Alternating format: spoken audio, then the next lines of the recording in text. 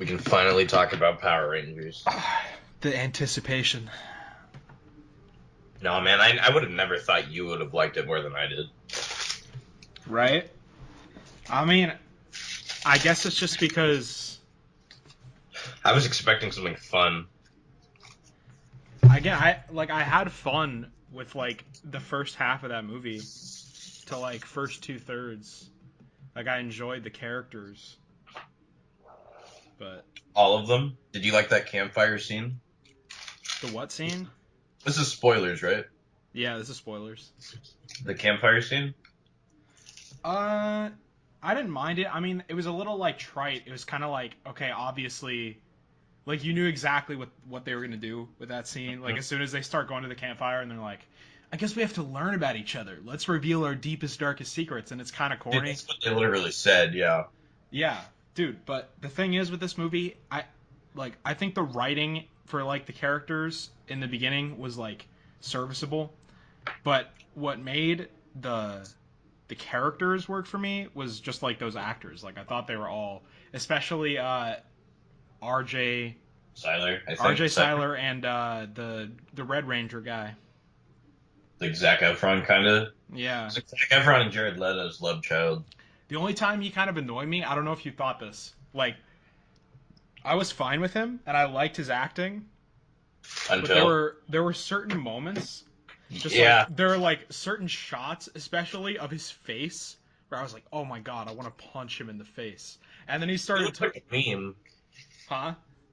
It really looks like a meme. Yeah, he does. He looks like the meme of like a jock guy. Mhm. But But like, I actually kind of liked how the movie opened. Um, the cow jacking off. I don't know about that because that was like that was literally the first joke of the movie. I also missed it.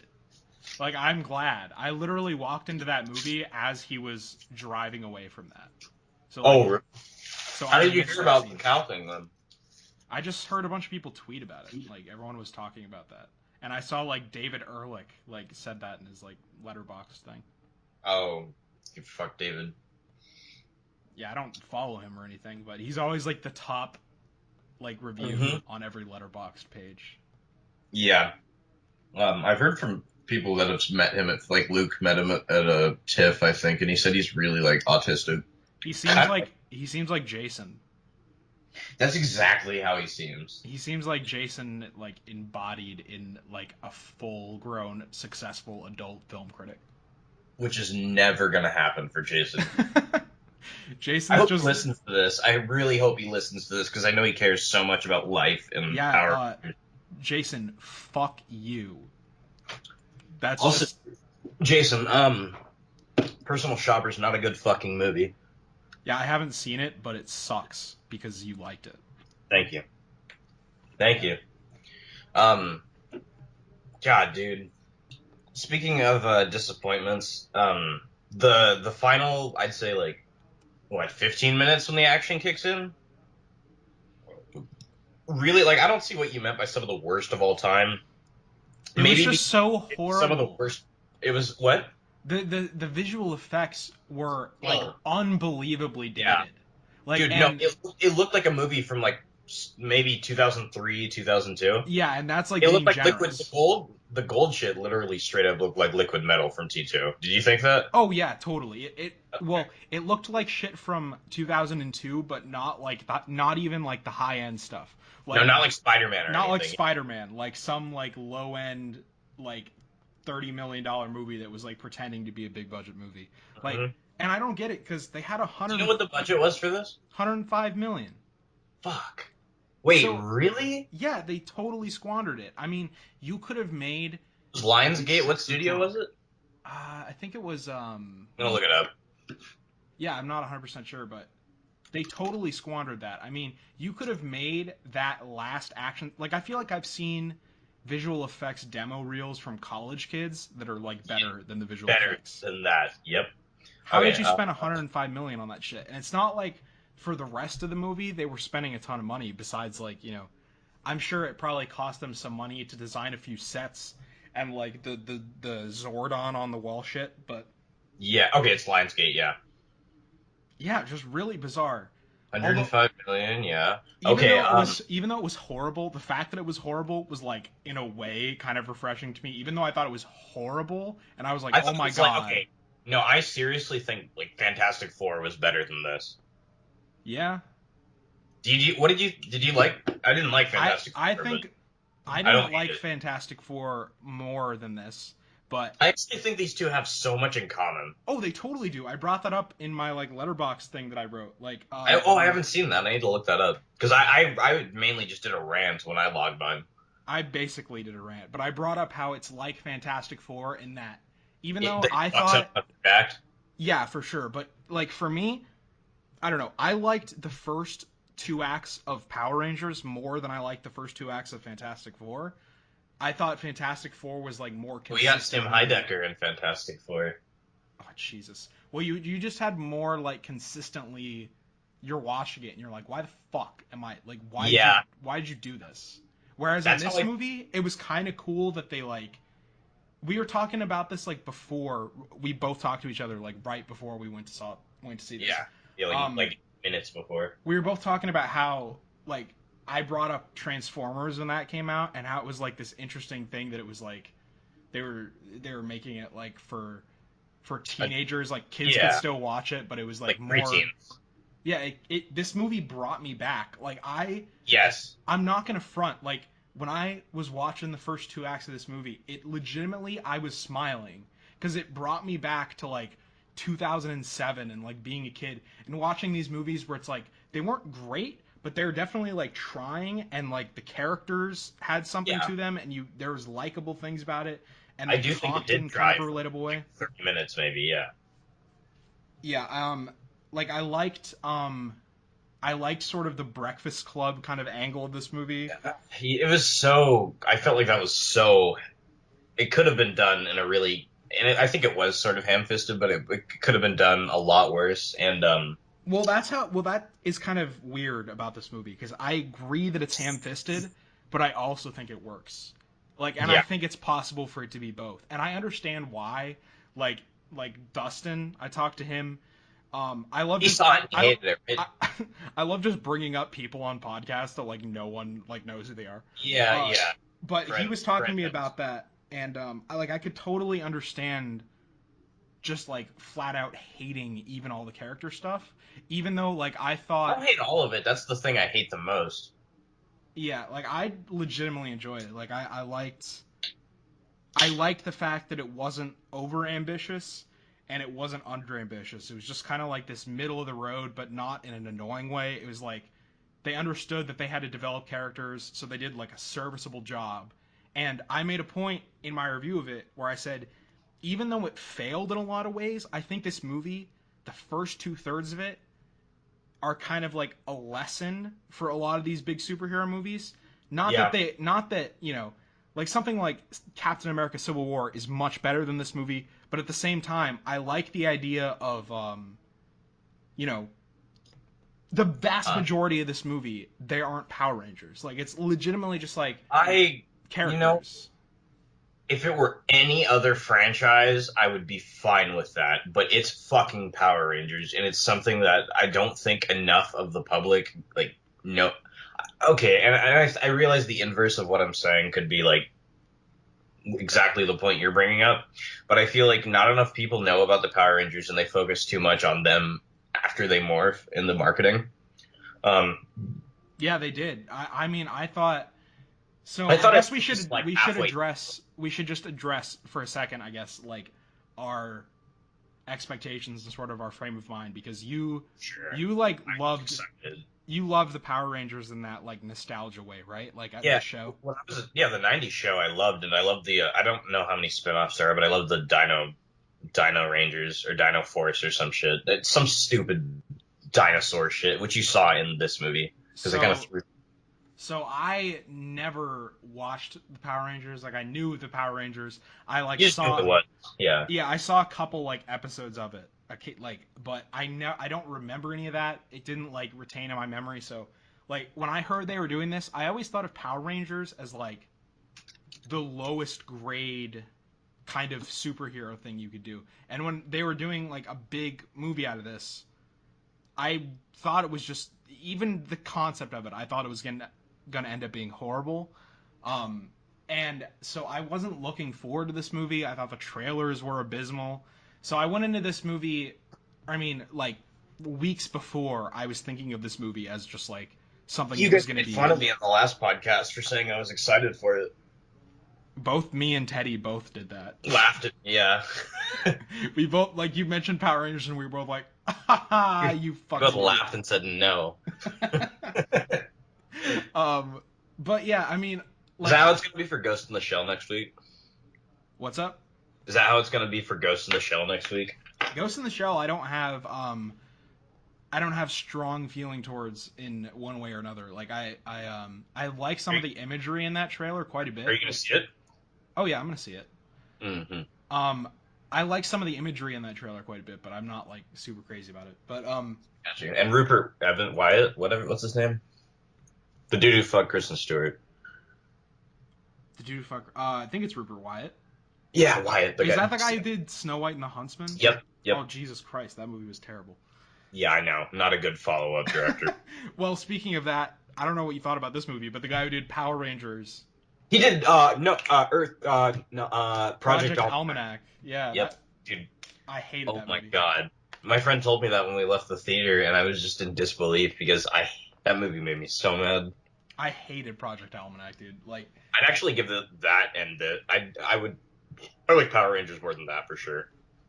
Power Rangers, I think I felt in this movie what I think a lot of people felt with the Fantastic Four movie, because I think a lot of people were on board with Fantastic Four, like they were like, "Oh, this could be good," and then that third act came, and they were like, "What the fuck happened?"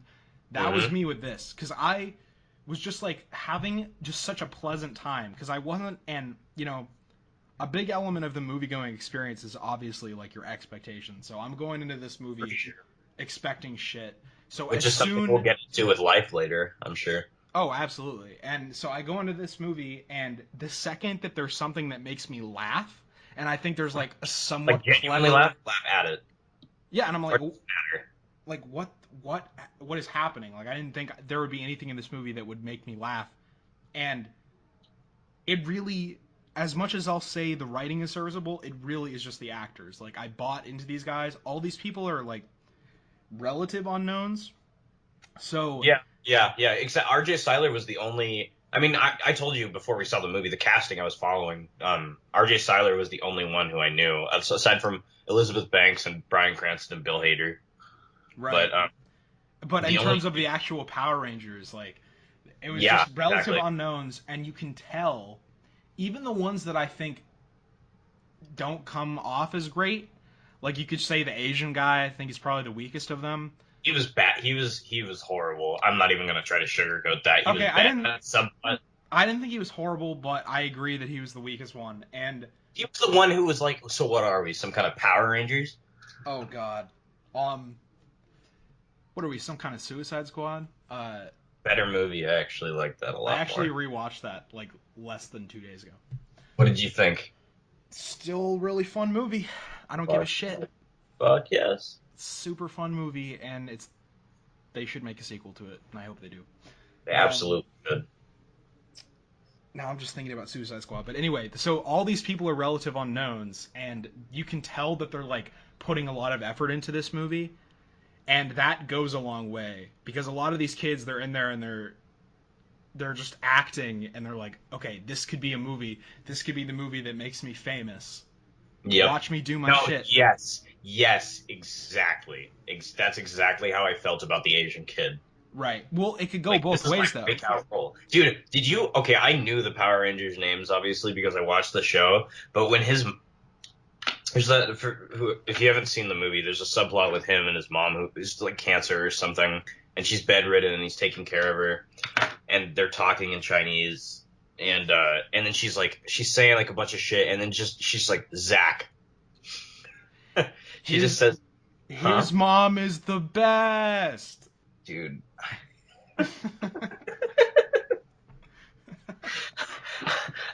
Break. That was by far the worst moment of that scene. It was like when he did that. But like cuz I again, a lot of this movie it was things that I saw coming that ended up not being as bad in terms of what they did with the Nah, characters man, and see in it. developing them. We're Like, the opposite.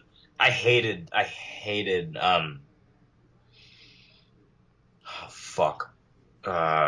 Uh, Jason. I hated Jason because, dude, his dad was not that bad. And he was like, oh, you remind me of my screw up dad. No, actually, I was just, wondering if you wanted to, like, fix it. You know, I'll help you pay for it. And fucking later on, his dad's out looking for him. He's like, oh, dad's out to scold me. It's like, dude, just cut the fuck off. You killed his other son, so chill. was the thing at the end, was it supposed to be that he knew that he was the Power Ranger? Yeah, I think so. I think he like felt him or It was one something. of those like Spider-Man 2 moments, like where when Peter Parker's talking to Aunt May and she's like, "People need Spider-Man," and it's like, "What do you? Why are you being so emotional about this if you don't know who Spider-Man is? You fuck." Exactly. Um, I don't know. I kind of like that though.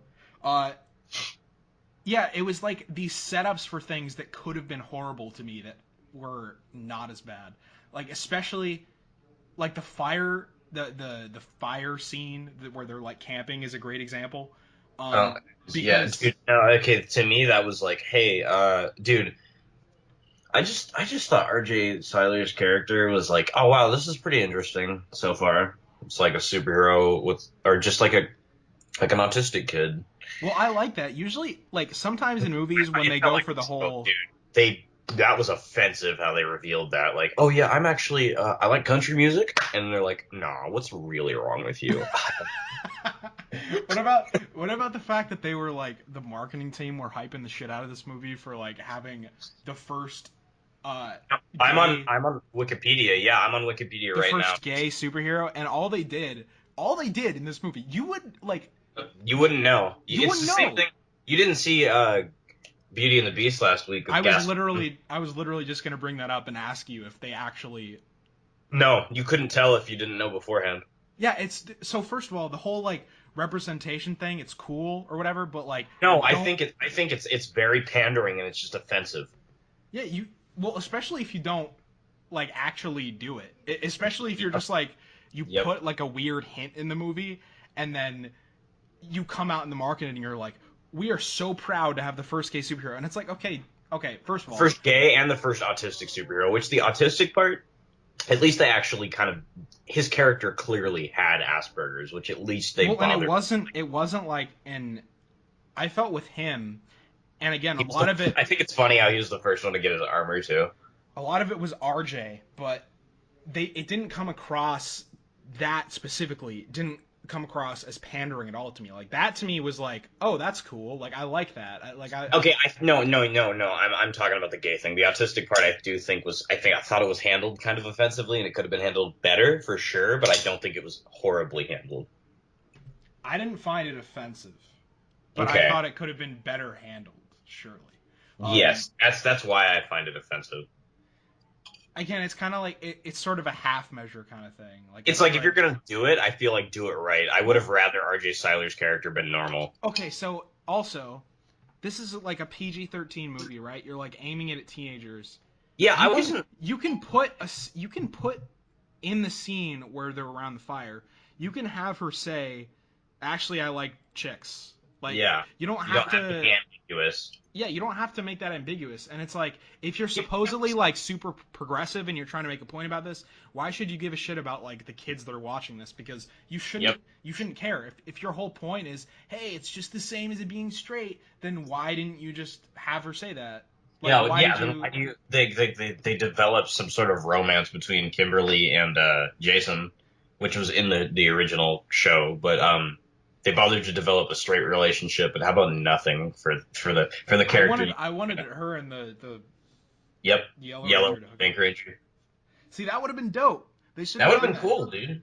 Why didn't they do that? Especially That would like have. when there's that scene. I thought they were almost going to build towards that, and I was going to be That's like, what I "Yo, thought that's too. awesome." That scene when they were in the when they were in like the coffee shop and they were like doing the shit with like Oh, the like the Kung Fu Panda thing. yeah the Kung Fu Panda. That's actually literally what I fucking thought. I was like, "Oh, Yep, that was like Kung that's Fu exactly. Panda." Yo, good job, guys. That was a cool Kung Fu Panda scene. I thought they were actually building towards that, but then it was just like, no. Nope. How about just because they're girls, they drink coffee together? Yeah, they just drink coffee because bitches do that shit. Oh, you said it, not me. Yeah, I said it. Bitches do that shit. Meanwhile, in the I last include men in podcast, that. I said include beer. I include the gays in that. Yeah, I think that's fair. So Not a big you know, coffee guy personally. Like I'll my drink coffee from time to time, my but friend and I were trying to make bets on who's going to be the gay one, and I lost. I thought it was going to be one of the dude. I thought it was going to be the Asian hey dude, man, honestly, because he, you don't have to be on you don't have to be gay. You just have to be on the spectrum. dude, and the oh Jesus, and I wasn't sure who the autistic one was going to be, and I honest to God thought it was Jason at the beginning.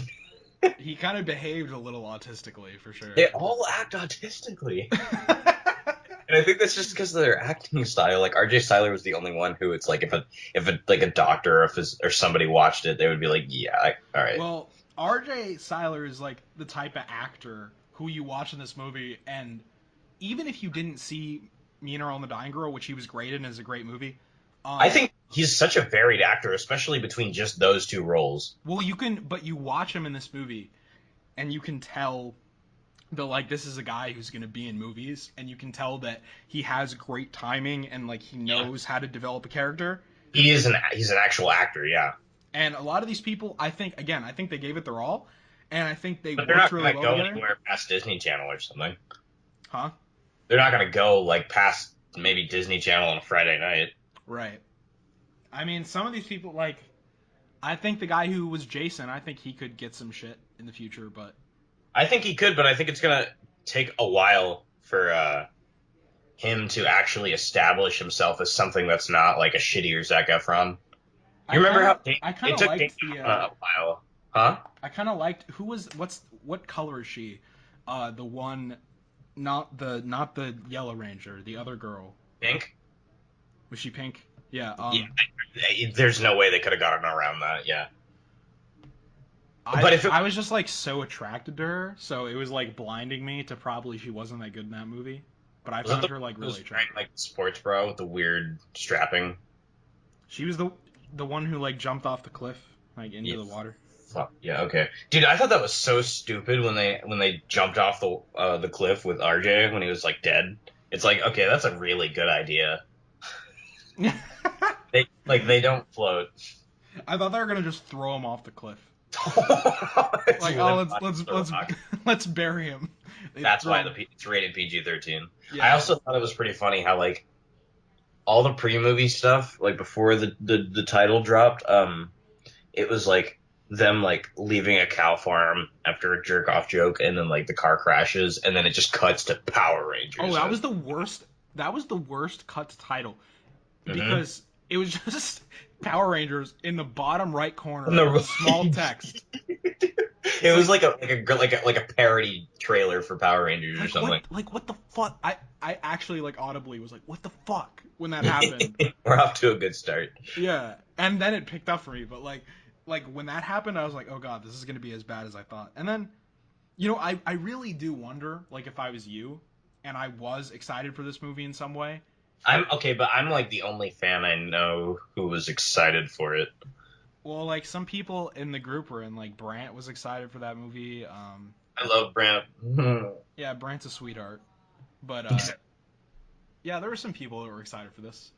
But I think a lot of people, okay, like really the thing that started me knowing that this movie was going to end up totally shitting the bed was as soon as Elizabeth Banks showed up because she like all the other actors and her they're in completely different movies. Like they don't and I feel like they didn't have any idea the other movie that the respective person was in. Like Elizabeth Banks thinks she's in the climax of this movie where it's just super ridiculous and schlocky and cheesy. And then the other actors are Oh like man, trying to yeah. make like a serious like they're trying to like be like relatable characters and they're trying to be kind of funny and they're trying to like relate. And then Elizabeth Banks is just like blah blah blah blah, blah She like was the right away. closest thing to the TV show. She See, and was that she doesn't just no. I feel like yes, she contrasted with the rest of the movie like it was clear that like wow you pick Rita Repulsa out of the show and plop her into a movie in 2017, that's exactly what Elizabeth Banks was Dude, like. they there was a point in this movie where like as soon What as do you they think of became the the story? Power Rangers, I feel like the people who directed this were just like, all right, fuck it. Like Yes. they're trying to make a certain kind of movie, and then when they got to them being in the Power Ranger suits, they're like, okay, let's let's try to like pay homage to the Power Rangers and let's get like super schlocky. And it's like you can't like there could be a transition. Like if you were more like self-aware kind of with the humor or there was like more of a build up and they kind of played with it like with the Bill Hader robot and I liked that robot. I don't know I didn't. I don't know how accurate or whatever it was to like the robot in that show, but I like No, love not Bill very Hader as a different voice actually. actor. Not very different.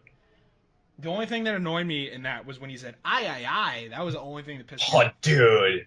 I seriously like before, like a couple scenes before he said that, I said that like, oh yeah, that's just the type of that's the type of bullshit that kind of character would say. It's like they weren't even trying to write. The way he said it, it sounded like something that was like a reference to the show because they like I don't know if that was ever a thing in the show because they like I don't know. specifically cut to him and he was like I and it wasn't connected to shit and I was like why did you do that? That was There terrible. was a lot of awkward editing in this movie. Not a well edited But movie. I liked when they were like getting on the morphing like stations for the first time and they like weren't it wasn't working and like the giant Oh, Bryan I did like Cranston that. I did like that. the Bryan Cranston face is like what and he's like, "Why aren't they morphing?" And Yeah, Bill Hader's like, "I don't know. It's it's disturbing." yeah, it's And there were a few like funny lines, and the thing is, I think you could miss a lot of it because to me, I thought the only good visual effect in this movie was that robot to me because that was some of the stuff I laughed at. I laughed at when I liked oh shit, I'm struggling to come up with anything. well, so when like I Goldar looked like shit. you could kind of see him like in the background when they're doing training just like certain reactions he would have. Like I like the way they animated certain Yeah. body language to him that like I can just picture if Bill Hader was that robot that he What would the be doing fuck? that This shit. was edited by the. I'm sorry. Just hold on. This is What? edited by the dude who edited Memento and Terminator 2. No. I'm not lying. That's funny. I can't I mean, believe. I didn't think there were points when the editing was weird. I didn't think the editing was particularly bad until the last third of the movie. Sure, sure. I Okay, mean, he also directed the Ben-Hur remake from last year and End of Watch. that was another positive thing to me about this movie until the end. Like, I, this is why it's so like Fantastic Four and the way people felt about that to me because Hmm.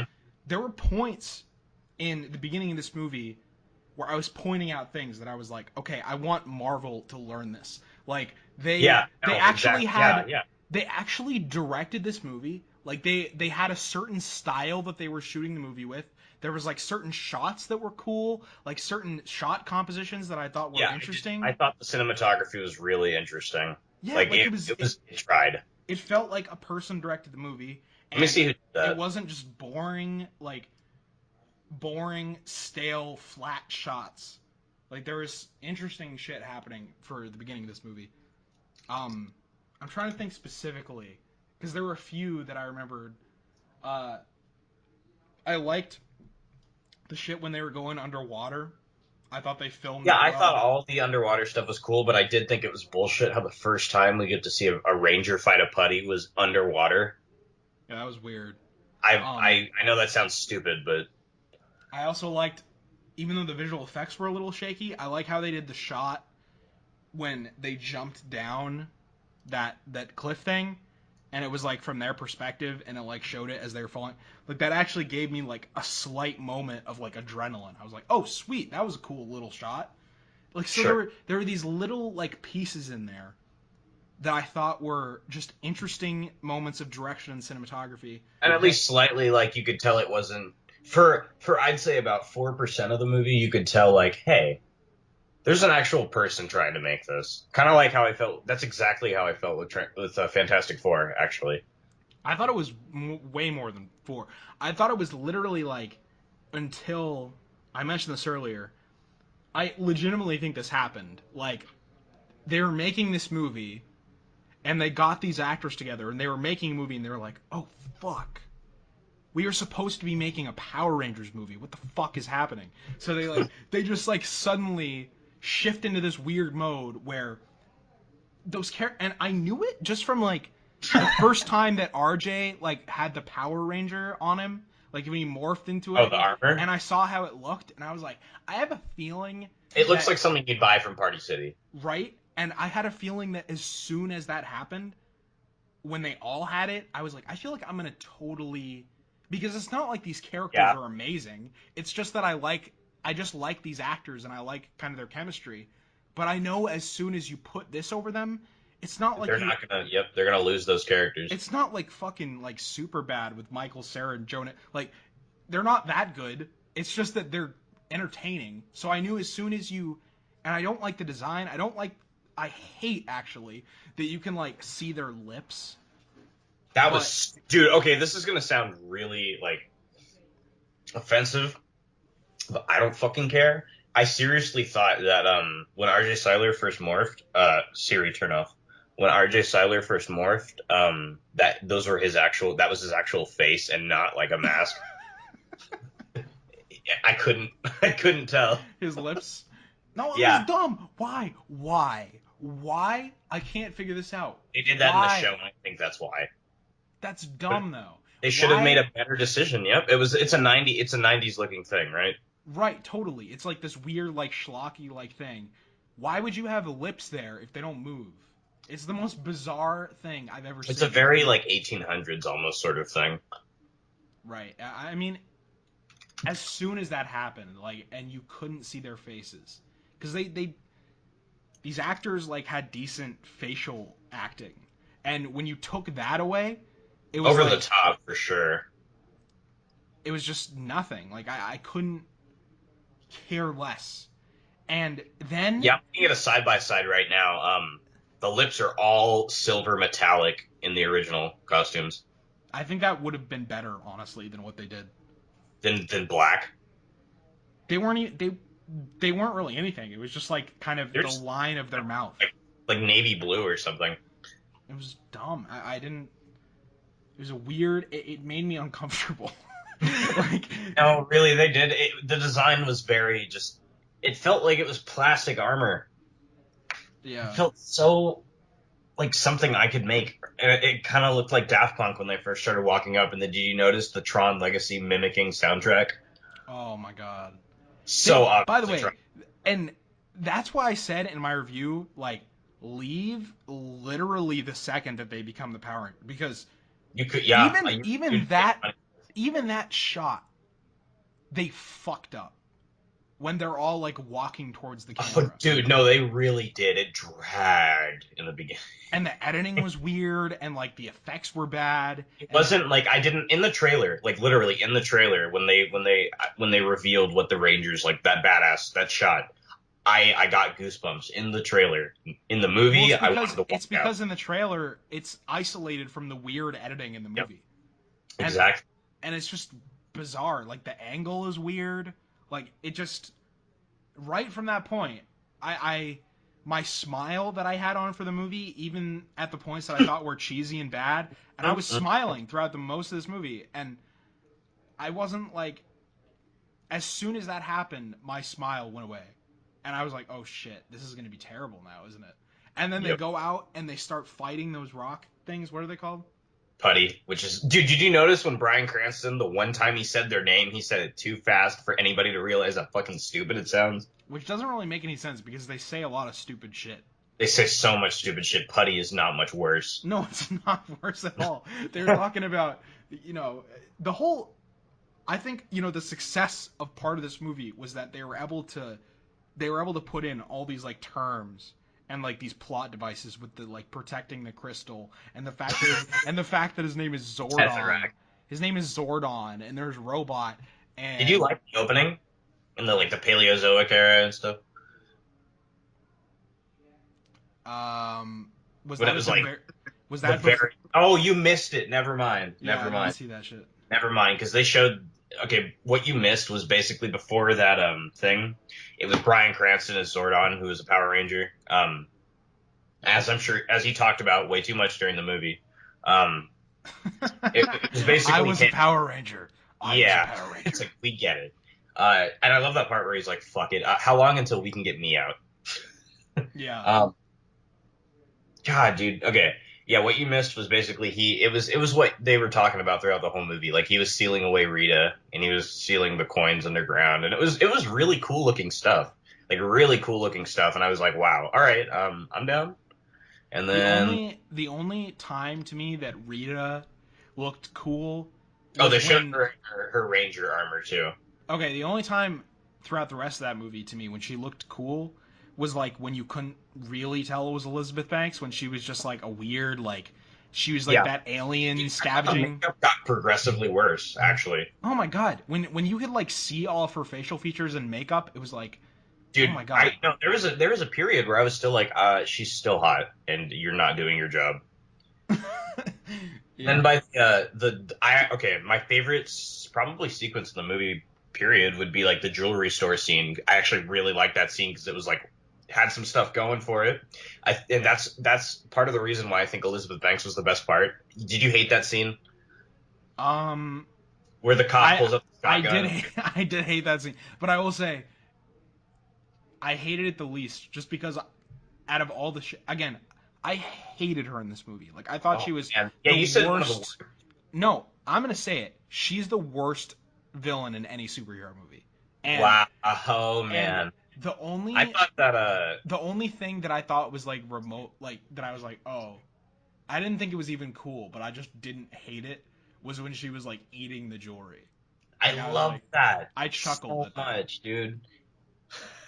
And I chuckled at the fact that like the lady just kind of like went along with it and she just like was giving her the shit. But like that Yeah, was the and then I only love the little detail like of her hitting the button under the thing to alert the cops, but I don't really get how like the cop he's not holding a pistol or a stun gun or anything. He comes in with a shotgun. Okay, here's when that sequence sucks though, and it's the shot in the trailer that made me go, "This is gonna be a piece of shit Oh, movie." when she's like mugging evil like maniacal laughter and everybody's rising from the floor behind her. Oh, it was some of the worst. Okay, so many elements in that moment. Some of the worst cinematography, some of the worst visual effects, some of Let the me hold the worst camera acting. sideways. It was just like, how the fuck? This is $105 million movie. How did you make this moment happen? It's so ugly. And the rest of that's what was weird and was shocking to me about the beginning because I thought in the trailers, wow, this is going to be such an ugly movie. And then the first part of the movie was It not ugly. was.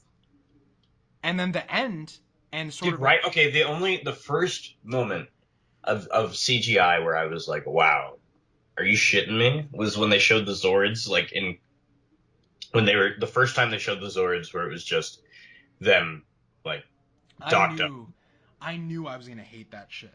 Like when Yep. it because I don't know. I didn't know about the And the Zords. Asian just takes it for a joyride for no reason. And they don't. That was really weirdly edited too, because they don't really like How did he get explain back that. to the cave? How did he know how to get back there? Yeah, he just suddenly. And how did he just decide? Why did he just decide to like get into one of those? How Like, to why? you're in a fucking alien spaceship, and you just decide you're like, you know what? Fuck. I'm good with cars. I'm good with cars. Yeah, fuck Bill Hader. I'm just gonna like get into this and do it myself because I'm better. Like what? No, don't do that. It's baffling. It's baffling, but we need one thing we need to talk about before we go to life is the Krispy Kreme IHOP Man of Steel shit. Oh Jesus, it was way worse than in Man of Steel.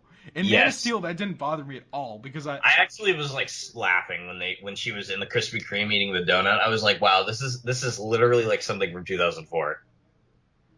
yeah, And I get that donut every time I go there. which donut? Just the regular donut? Just a pink frosted sprinkled donut, Oh yeah. no, man. The only thing I ever got at Krispy Kreme was just Krispy like Kreme is horrible. It tastes like plastic. the regular like glazed donut, and the only appeal of it is like Oh, you going can into shit this. with like semen dripping off the sides of it. I mean, I wouldn't eat that shit now. Yeah. But like the appeal of it, especially when you're like a kid, is you like walk into the Krispy Kreme and you like Oh, see yeah. you see Dude, all the don't think that donuts. it's so genius for them to tie in with that. It was so bizarre. It was like see. That really was like okay. Okay. You know how I feel about Man of Steel. I don't think either of us hate it. Um, No, I would still it's go on the side of saying I liked that movie. okay. Awesome. Then we're on the same side. Um, that product placement I didn't mind No, I didn't until either because somebody went flying through it. But even just then, I because think they that's flew through kind the of a fun. logo, right? Isn't that what happened? Didn't he like crash into the logo? But I think that's kind of a fun way of playing with it. I that the product placement we talked about this in the last podcast, didn't we? Product placement Yeah, never. yeah, we did. I This is just going to be a recurring theme. need to stop talking about mainstream movies. It doesn't really bother me because it's the real world. This Yeah, one was specifically like this one was specifically like I a can look at product least. placement. It was like for real a product placement. Like they're Oh, like absolutely. Like, Krispy stop, look at the Kreme. camera and tell you to go get this. It's not like in Man of Steel, Superman crashes into that and he like gets up and he's like, I'm hurt, but I love IHOP. Like that shit doesn't happen in that movie. This movie was like the center Oh, of man, I'm hurt, but I love IO. this movie was like what was it like the center of energy in the universe is Krispy Dude, Kreme. no, it's literally yeah, it's literally like the Craggle and Lego movie, except not like self-aware. Christ. Dude, oh that dude, that's I didn't think about how true that is. That they literally the movie literally the MacGuffin is Krispy Kreme. I thought it was like sort of like when RJ Cyler is like looking around for the crystal. I didn't get that fucking Dude, subplot at all. Like so he stupid. he just starts looking for it and then he finds it somehow and they he She just and oh my god, she pulled Goldar out of her ass too. I didn't. Okay, that made no goddamn sense because she goes around in the movie like taking gold off people. Like she finds gold in people's teeth and she's taking it. And then at the end when she's like, "Goldar, come to me," gold just like comes out of the dirt. And I'm like, "What? Yeah, no, What? it straight up like evaporates out of the floor. Like Like what?" not out of her or anything, and I really thought like, oh, See, it's gonna that would have been a neat effect, even with like the caliber of visual effects they had. If like she just like was like Golda, blah, blah, blah. And when I do that imitation, that's better than her acting in the movie. is If that like like her no man, I thought she was better. no, she was fucking atrocious. And when the gold, like if it just started like evaporating from like her pores and shit, and it like just That would be so cool. they could have done it, and it would have made Dude, sense with the plot. that would have been sick. So I don't get. So she she's stealing gold teeth from homeless men, and then like what does she do? She's like, all right, I have the gold. I'm gonna put this in some dirt somewhere, so later I can go Goldar, and it all comes to me. Yeah. What the fuck? That was just No, stupid. they developed that honestly.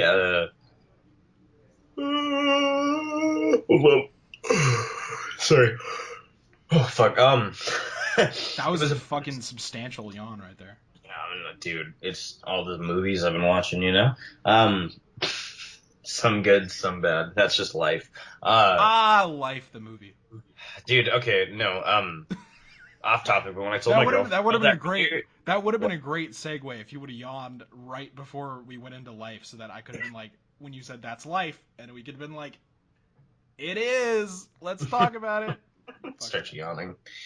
Cut to credits. Um, yeah, I guess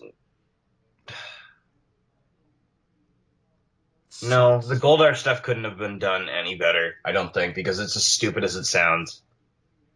It's as I would stupid say as it I don't sounds. think that I didn't think that the Goldar I didn't think that looked horrible. It was all I the other shit. it looked like liquid metal, and I didn't. I thought it was kind of stupid how they just were able to fly through it, and not a single like plane or ship would be damaged at all. What was the reasoning for them like for the Goldar thing, like shoving them into a pit of fire, and then they just come out as like Optimus Prime for some reason? Oh, dude, no, that okay. That thing took so long in the show to build up to. That's like all of those Voltrons coming together in Voltron. You could imagine, like, dude, okay, I could just say, like, all of one of my favorite things about Power Rangers, at least when I was a kid, was buying all the Zord toys and then being able to put them together like a transformer, and then they'd like build together and they'd be that. I know that sounds stupid, but it's like that's what that. It's a show that caters to kids who like stuff like that. Yeah. Um, and in the movie, it's like that. And honestly, if I'm going to be completely serious, the Zords are something that they should have, if they were trying to make a franchise with this, they should have tried to build that up. That's not something that should have been blown in the first, like, I'd say, what? Like, as soon as they get into the cave, they see them. I really don't even think they needed to. They didn't need to be in the movie. They didn't need to put them in this movie if they're trying to. No. It would It have was been so too much better. easy for them. It was too, and when they were fighting hand to hand, I actually thought that was some pretty, like when they were doing flips and stuff, I was like, this is exactly the kind of white martial artistry I like to see in the 90s. Here's what they needed to do with this shit. They needed to pull some Spider-Man, end of Spider-Man stuff, where it's like a personal conflict that they have for this kind of movie that they were trying to do for the first part of the movie. Some conflict they have, and then like Rita freaks out and she uses her weird power shit. I don't understand how any of this works, but like their like helmets break or whatever. Because there were points when they like took their masks off for some reason, or they Yeah, yeah. No, where they just did the Iron Man thing. yeah, they should have just done that shit. I would have been more into it if I could see them. And you can't take it out of your mind when you like see all these dressed up people fighting shit and you Yeah, can't see any of their faces and you're like, "Oh, the actors aren't there." Like that's, you yeah, you can't can't take do that that. out of your mind. You have to have a moment where you see their face cuz otherwise It's it's not humanizing. It just feels like you're watching robots fight. And I mean, like maybe that's why they were saying stupid bullshit while they're fighting. it works totally in something like in an animated thing for Yes, for or instance. even like an Avengers movie, maybe. But even in Avengers, you'll have Iron Man in there, but Yeah, they'll cut inside of his suit so you can like see his face, and or he'll then like slide the helmet up. right, and then you have other people like Thor and Captain America. They don't, so you can They don't. always see them. Yeah, So yeah, it's exactly. Even if they have masks, you can see their mouth or their eyes. At least their eyes. you At need least their something. eyes. That's the thing. You need Even something, Batman has eyes. or like Dread, like you can see his Yes, mouth. So you his need to chin is have the most defining thing. some element of humanism. Or if they were going to do what they did in this, and especially when you have this just golden thing just handed to you on a it's handed to you that they morph into this stuff. So it's not like an actual It's suit. literally the So slogan. it's not bound by any type of reality. So you could have given them mouths and then they could have opened them. Even Also, that. wait. Do you remember when Zordon was like, "Have you ever morphed before?" And Zach is like, "Yes, but only in the shower." What does that I even didn't get mean? it. Was that another jerk off joke? Was that a joke about like getting an erection? I didn't I think it understand that. was. I've never thought it's like I'm more if someone said have you ever morphed before, I I would not even if I was That's not trying what to I would do. if I was trying to connect like a boner joke to that, I wouldn't there's just no way it could happen. I wouldn't ever think morphin made sense for that. And I was trying to be it funny. I wouldn't do it doesn't work as a joke in the movie. I literally sat there thinking, what does that mean? that. No, it baffled my friend and I too. Oh, Jesus. What have we not said about this? I think Oh we've no! Somebody on Facebook said Krispy Kreme came to the theater I work at and gave me and other employees free donuts due to their partnership with the film. This was like 3 hours ago. so this was like legit like Krispy It's Kreme. I bet Krispy Kreme funded like budgeted half of the this movie, movie. dude. They probably gave them at least 50 of that 105 million. Because really, who else was giving them money for this shit? Did they Who really wanted to see think? this made past I wanted to see it made. There's even if I was like rich, I wouldn't finance it at all. Right. Who do you think? Okay, I don't think there's any question. I think Life is probably going to make like $5 this weekend, and I think that Power Rangers will probably make like, and I think it'll hit at least. Being generous, maybe 20 million. I saw on Box Office Mojo they were saying 38 million projection, Holy shit! which Dude, considering a $105 million hold on. budget How for crowded was your theater, and how was the reaction throughout and after? um Because we got my to theater talk. was my theater was pretty much full. But Mine was pretty much full too, and it was all people who were as old as me and were fans of the show. I think that's what they're banking on. I mean, I don't think that they Do were. you think there were that many? The trailer, but all of the movie I don't know. trailers got This type of shit pretty. is becoming. is becoming a thing. Like I feel like even if that Captain Underpants shit that's coming out, I feel Oh like my even if God. I forgot they were making that until that trailer played before the movie. I didn't, okay, it looks like shit.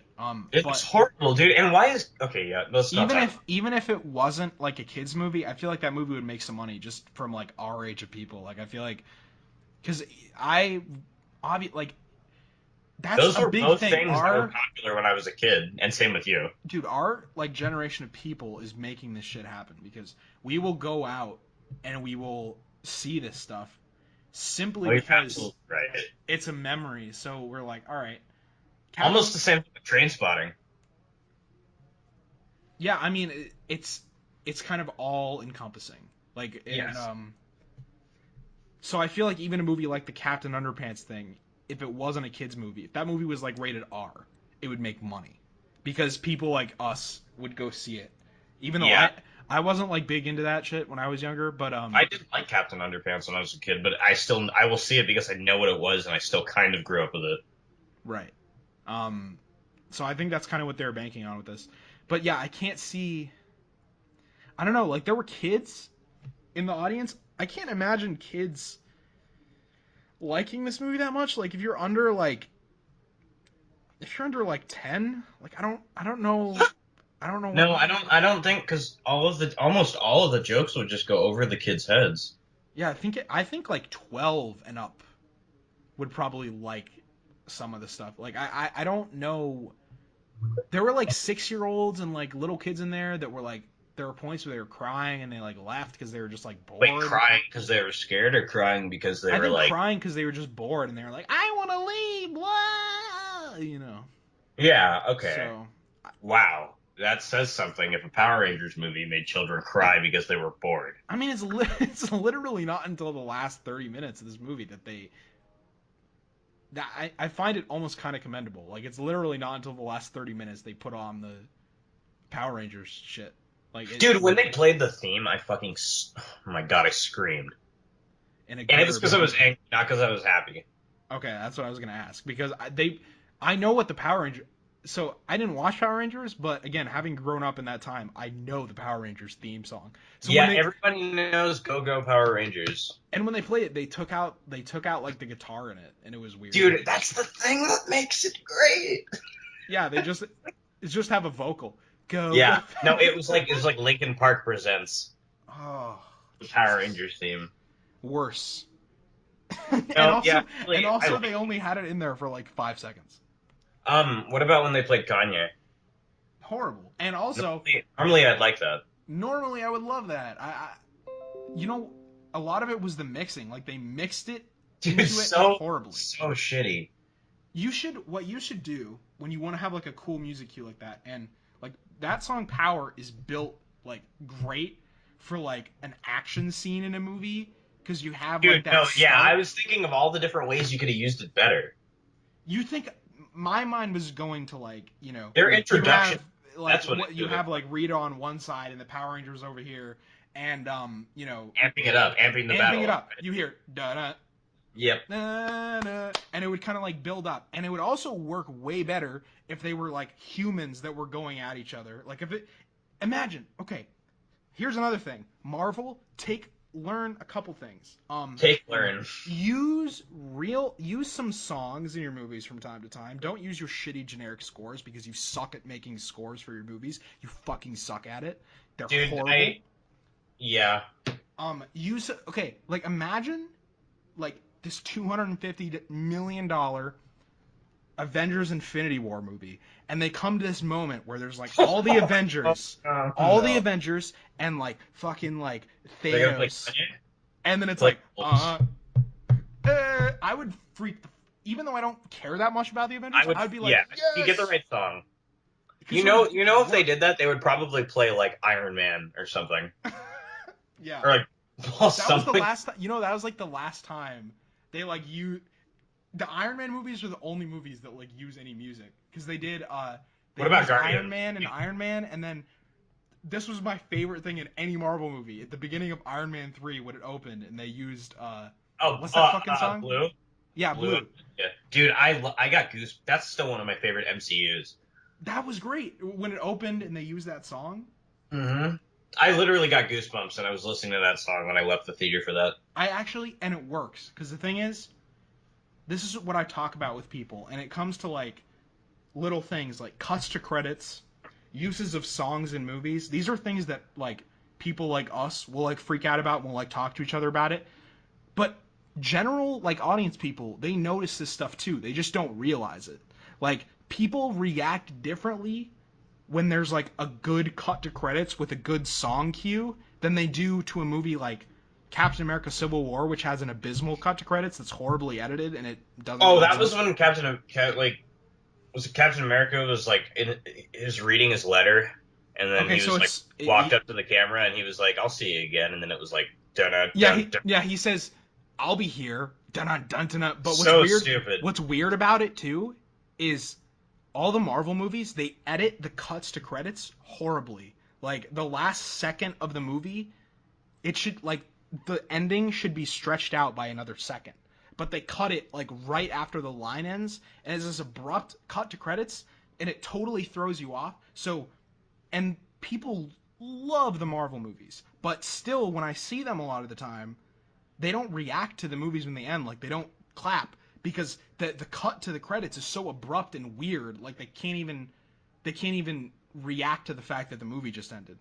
So this is a long-winded thing for me to just say. No, dude, it's These something. bigger movies need to use some more music. They need to stop with their shitty sad Nice things up with scores. real songs, yeah. It could work, and especially if you mixed it right. And with a song like Power, it could have been so badass. I always think about that. Like when I'm thinking about movies I would ever make, I'll be like driving on the road at night and a song will be playing, and I'll be thinking like, oh shit, this could go so great in a movie. Shit. That Yeah, always happens to me. I know exactly what you mean. Okay, what would your final rating for Power Rangers be though? God, I don't know, like a 3.5 out of 10 probably. I would say. Okay, yeah, I think that balances out to a 1.5 out of 5, right? I did it as a 2 out of 5. Just and I, Yeah. it could have been a 1.5 or a 2. The reason why I made it a 2 is because for these points that I'm talking about, there are just things in this movie that I liked and that were refreshing, and I want other movies to like take those bits from. So like I just want Yes. the message to be taken from it, even though I know I don't have any impact on it. That's just No, how I felt. it's something that if you state enough people will at least acknowledge and take into mind and consideration. That's what I'm hoping. That's Well, what I gotta believe, at least. Otherwise, like, what's the point of criticism? you were 1.5 out of 5, right? I think your review was. Yes, and fully expected, because I give like Suicide Squad a 4, or like I love an Assassin's Creed a 4. I love a lot of these movies that people hate and say are bad. I thought I would love this. Well, you know what's different though about you? Hmm. You like a lot of these movies that are considered bad, but the ones that you like are movies. So Like they they try. They're not. they are movies, and I could even tell with Assassin's Creed, which I didn't see, it looked like a movie directed by a person. Yes, yeah. Thank you. Like, It makes all the difference to me, and it goes to movies I don't even like. I take, and this is a weird statement to some people, and I get it, but like I would take what they did with Power Rangers, as horrible as it turned out, over a movie like Avengers 2, which I liked significantly more it's overall. like being strapped into a roller coaster ride that you've been on 30 times. Exactly. You Yeah. so and with Suicide Squad, it was another Like, thing. Even though mm-hmm. there was some messing with it, and the same thing happened with Batman v Superman. Yeah, but you can tell it's a movie. Batman v Superman, I texted you. I watched the Ultimate, the extended cut the other day. The one I love, right? Yeah. It's good. Like that's Thank good. you. That Like 30 minutes makes a huge difference. It's insane. totally makes a difference. The only things in Batman v Superman to me that remain like really bad. Like It, Doomsday, the reason they stopped fighting, and some other shit. yeah, the Martha thing, like you can't avoid that. That thing is kind of dumb to me. Even though I Not understood able to it, get past that. I didn't hate it that thing as much as everyone else did because I understood like what Zack Snyder was kind of like going for with that. That's exactly why I can excuse it. Yeah, it's excusable to me. Like, and Yeah, and other people say it's detrimental to the entire thing, and it's like, I think that as good of a point as that is, like Civil War, Lex Luthor and I know we kind of just completely changed movies, but Lex Luthor and Daniel Bruhl in Civil War are like they're No, like the I'm good to talk about Batman v Superman for a second because I kind of wanted to. yeah. Um, It's when crazy that especially the ultimate cut, it's like almost 2 hours of that movie seriously, before shit happens. Like it's yeah, and literally like, I'm interested the whole time. Like dude, they somehow find a way to make Lois Lane not as useless as she was in the theatrical one. and Superman actually is emotion. Like he has something like he gives a shit. dude, the cinematography in Batman v Superman is great. Thank Uh, you. I like it's Larry Fong is like one of the best out there. If these he did like that, beautiful like deep black colors and yep. like I think that Justice League. Did you watch any of the trailer for the trailers? You said you saw some, I right? watched that. I thought like, and there were shots in that I thought were dope. Like the one The with the shot of Batman under the dude, the gargoyle. shot of Batman was fucking sick, where he's Yes. standing on that thing, Oh and my it's like god. from What about when under. he handed Aquaman the trident? Okay, yeah, I liked all the shots in that actually. I liked the shot with like the I don't know what was happening like on that rooftop with like the electricity. I don't know what that was, It's gonna look cool when we see the trailer. but like okay, that shot in even though there are more movies in like the MCU that I would say are quote unquote better than what they've done, like a couple of them, Yeah. there is no shot in any MCU movie that is even close to as good as that one little snippet in that Justice League teaser of Batman For real. standing on that with the lightning in the background. Like that How was many just so people do you think cool. would like to fight you just on like they would say like, oh, that shot of Iron Man and Spider Man in the Spider Man trailer? Oh Christ! It was that's so ugly. So stupid. That's the reason they're making the movie. Okay. That movie looks hideous That visually. movie looks like everything. I was looking forward to that movie until that trailer. This is a good segue into. I wasn't just because I saw I just because I saw a cop car and I I hated that liked Cop movie. Car. I liked Cop Car. Shit. I fucking I Hated couldn't it. talk too much about it because I've forgotten a lot about that movie, but Oh, I know when I saw it, I really just hated everything that I saw in it. But it's a very it doesn't that's a confused movie, but it's not a movie I watch and I'm like, yeah, you know what? You're gonna direct Spider-Man. dude, that's what they're doing now though. That they do this and I'm so tired of it. Like I want it to stop. Even times that I think it's worked, like with Jordan Shane Vogt Black. Roberts with Kong Skull Island. He did a great job. I really wish we talked about that. Yeah. I don't like I don't like this whole trend of Of getting indie directors to direct blockbusters and then ruining their careers after that. yeah, dude, their careers suck once they hit that. Look at Colin Trevorrow. Yeah, no, he's Um, fucked, dude. His Life of Henry or whatever's coming out. Book of Henry. so he does Jurassic World, and it's like once he does Shit. Jurassic World, he can't go make another Safety Not Guaranteed. No. He has to No. do Star Wars. He has to He's tainted. do It does, and Ryan Johnson also. I feel like is gonna. I feel like Looper did kind of fuck him up, but I feel like especially after Star Wars, dude, he's done. yeah. Ryan Johnson, I have more hope for just because Ryan Johnson has followed a progression. Like he does what you're actually supposed to do. It's not like Ryan. It's not like he made Brick and then they're Yeah, like, here's Star Wars. Like he did Brick, and then and then Looper eventually he has Looper, which is like a mid budget movie with stars. So with real stars. Yes, he's been in that kind of playground. he knows how Um, to direct action too. yeah. So you can get him into Star Wars, and I don't think it's crazy. But like I think that.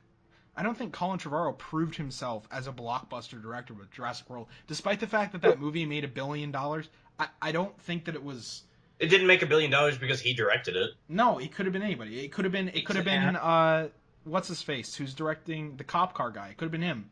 Yeah, no, okay, and the dude who's directing Jurassic World 2, J.A. Bayona, like he hasn't even had the chance to make a It's really 7 o'clock. sorry. He hasn't had the chance to make a great movie yet.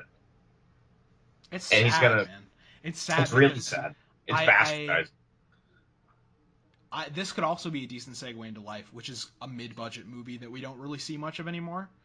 Yeah. Um, I like those movies, and I want to see but I want to see guys like Jordan Vogt Roberts. I want to see them get that kind of movie. I want to see them get a movie that's not this massive blockbuster that you're nameless. Like you're an anonymous. You're a talent for hire. You're someone who they're like, okay, you made a good movie. We trust you to do what we say and not make a shitty movie. That's what we're okay, getting you for. then this is a perfect segue because Daniel Espinosa, who did Life, is as of the article I just pulled up right now, is the front running director to direct the Akira live action remake. See, no, I don't want that to happen at all. Yep, I don't want that to happen. I don't want, like, literally while we're talking about it. Yeah. Even though, again, it follows into what I was saying about Ryan Johnson, so he has Life and then he could do that. But Mm. still, I mean, just because, I mean, we'll get into it more with Life, but I don't, yeah, I don't want him to do that. No. Why do they have to, why does that have to be Remade. that also? But why is that the trajectory that needs to be followed? Like, why? It's so The other sad to me the that, other director that was circled, it says that Daniel Espinosa has a better chance, obviously, because he's made more, but the other one was the guy who directed Lights Out. well, here's something. Like, you have guys like a Christopher Nolan or like a Zack Snyder. Like, these guys, they've made these giant movies and You're they right. Christopher Nolan probably could have been seen as that kind of director when he got picked for Batman Begins, huh? he could have, but again, that was before any of this crazy shit started happening. Way before, yeah. So it was a different type of thing. And And he Guillermo, also and Batman Begins is also a movie that you watch and you're like, this that's is a great. real movie. Yep, Like, this is a movie. Even all of them are real movies. Yep. I know people like to shit on The Dark Knight Rises. I love The Dark Knight Rises, I but love The whatever. Dark Knight Rises more than Batman Begins. Me too. Oh, yes, dude. I that I mean I feel like I'm just gonna they're always agree close. with the They're they're DC movie. close for me. Like I love both of them a lot, The Dark Knight Rises and Batman Begins. But Yep.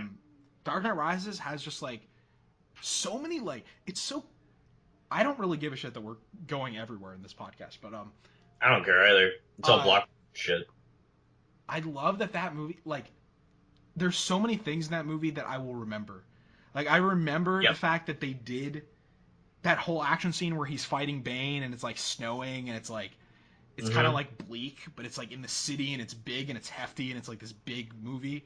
And Well, it's it's almost like operatic or something. It's like something that's so grandiose in scale. yeah, It's like it has a fucking prologue and shit. Like yes, and I remember like that's a movie where from the first viewing, I remembered more lines out of than I have say like a movie I see four times in theaters now. well, okay, so people will always say, you know, people will make fun of Bane and they'll make fun of his I voice. don't care. I don't care. Here's I the don't. thing about that. Even if you even if people were like annoyed by it, um you can imitate Bane to someone right now and they'll know what you're doing. Imagine It's like Star imagine Wars at this point. Yeah. imagine someone imitating Malekith from Thor the Dark World to you. Okay. Thank you. The word. Literally, dude. Oh my god. Imagine someone being like, What was his who voice even like? who I don't know. I have no fucking idea. Imagine someone like trying to do that to you, like being like, Holy shit, who am I dude! right now? Who am I? I I tell couldn't him to even get imitate. the fuck out. Dude, I'm Malekith. I'm Malekith from Thor 2. I'd be like, yeah, well, fuck yourself. Bro, what possible Marvel villain aside from Loki, Thanos, how could you even mimic Thanos? I still think they're gonna fuck up Thanos completely. Even though Josh Brolin is, I think he's gonna even Josh Brolin. I think it's not gonna work. I think it's just yeah, gonna I think be you're right. because I don't suck the Russo brothers' dick. Even though I love Community, I don't suck their dick for the Avengers shit. Like I thought Captain America: Winter Soldier sucked ass. Whoa, I Come remember at that. And me, dude, no, I come remember at me. like when Guardians came out, you said something that was like anybody who thinks this movie is edgy or daring in any way needs to get a fucking brain scan. Yeah, I fucking hate Guardians of the Galaxy too. I want all of you to know who are listening to this that I Dude, hate all these movies. So fuck when you. we can we please do a discussion on Guardians 2 when it comes out because that would Oh, be we're absolutely. both gonna I need It's gonna be like 4 hours long because dude inevitably what happens with every Marvel movie is that I start talking about it and then it turns into this like or like a, a this sad like rambling about like the state of the movie industry. absolutely it always turns into that. It can't not go there. It's because like this is what's wrong with the system dude, today. they fucked up everything. Dude, they Marvel really fucked up have. everything. Even the Monarch okay, would you agree with me that the Monarch cinematic universe, and you know what that is, right? The Monarch cinematic, is that the Godzilla? Yeah, yeah, yeah. Yeah, Because that the Monarch Corporation is really the only thing. I didn't stay yeah. for the credits. They're also the MCU. It's literally, yeah, it's literally the MCU. But do you agree that both of those movies are more inspired than anything we've gotten out of the Marvel Cinematic Universe? Definitely. And even like DC. Oh, absolutely. Imagine if DC, and I think their movies have had some like truly special moments in them and special things about them. Imagine if they got to it and they were able to do it their way with like someone like Zack Snyder and people like Christopher Nolan. Imagine Oh, if they got to do it their way before Marvel did it. Like before Marvel like fucked if it they up. paved the way, Yeah, if they paved the way, I think it would have been much better. something incredible. Yeah. Like they would have, I don't know. And it's hard to say that because you have to give credit to Marvel for like doing what they did, but I hate the credit that I have to give to them. Yeah. I don't know. I just think about that sometimes, like how much better the cinematic universes would be if they stemmed from the Dark Knight movies.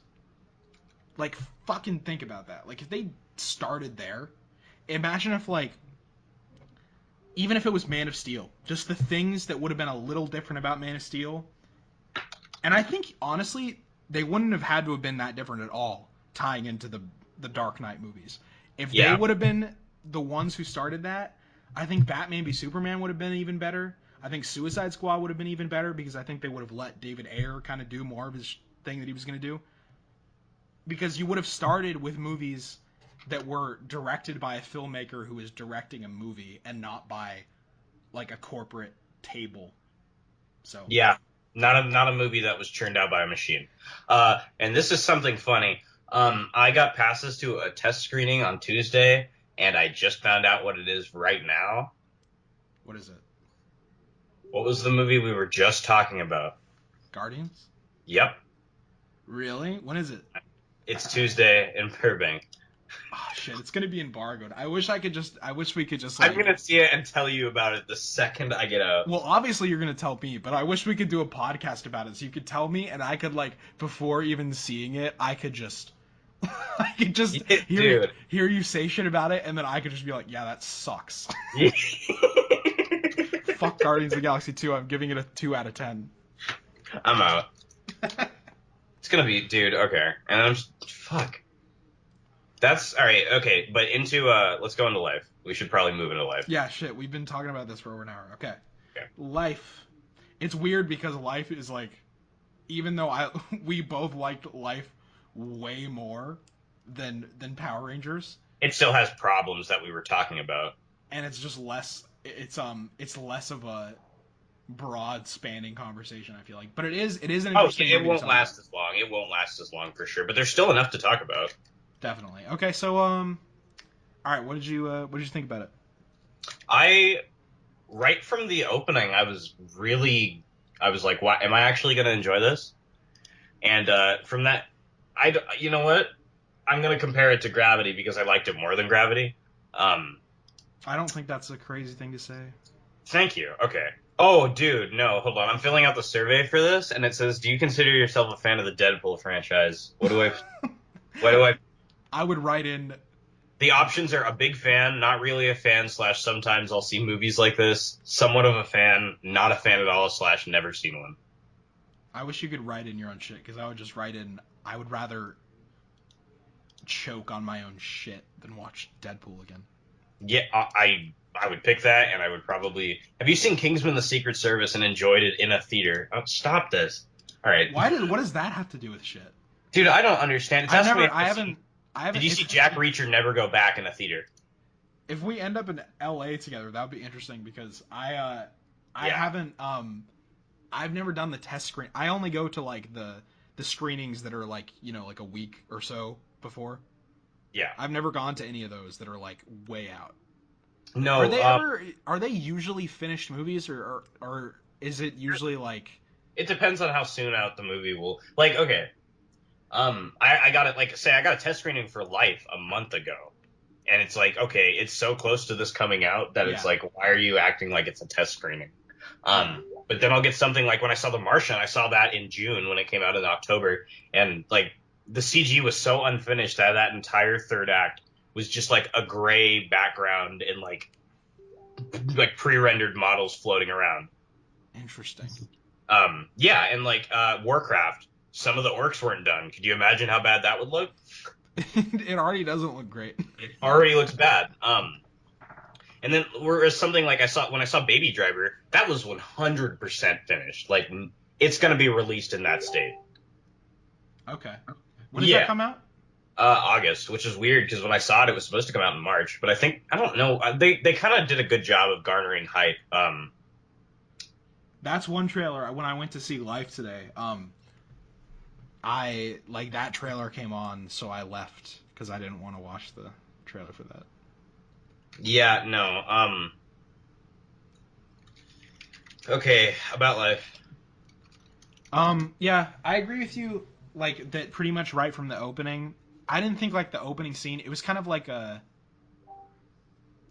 I mean, this kind of goes into my overall thoughts about it, but I think Life. It's like it doesn't do anything that's particularly like new or revelatory or like super impressive. It's just that what it does, it sticks to a certain kind of formula, and it does that formula like about as good as you can do it. Like I agree. if you're doing like a pseudo alien kind of a movie, This is you know what?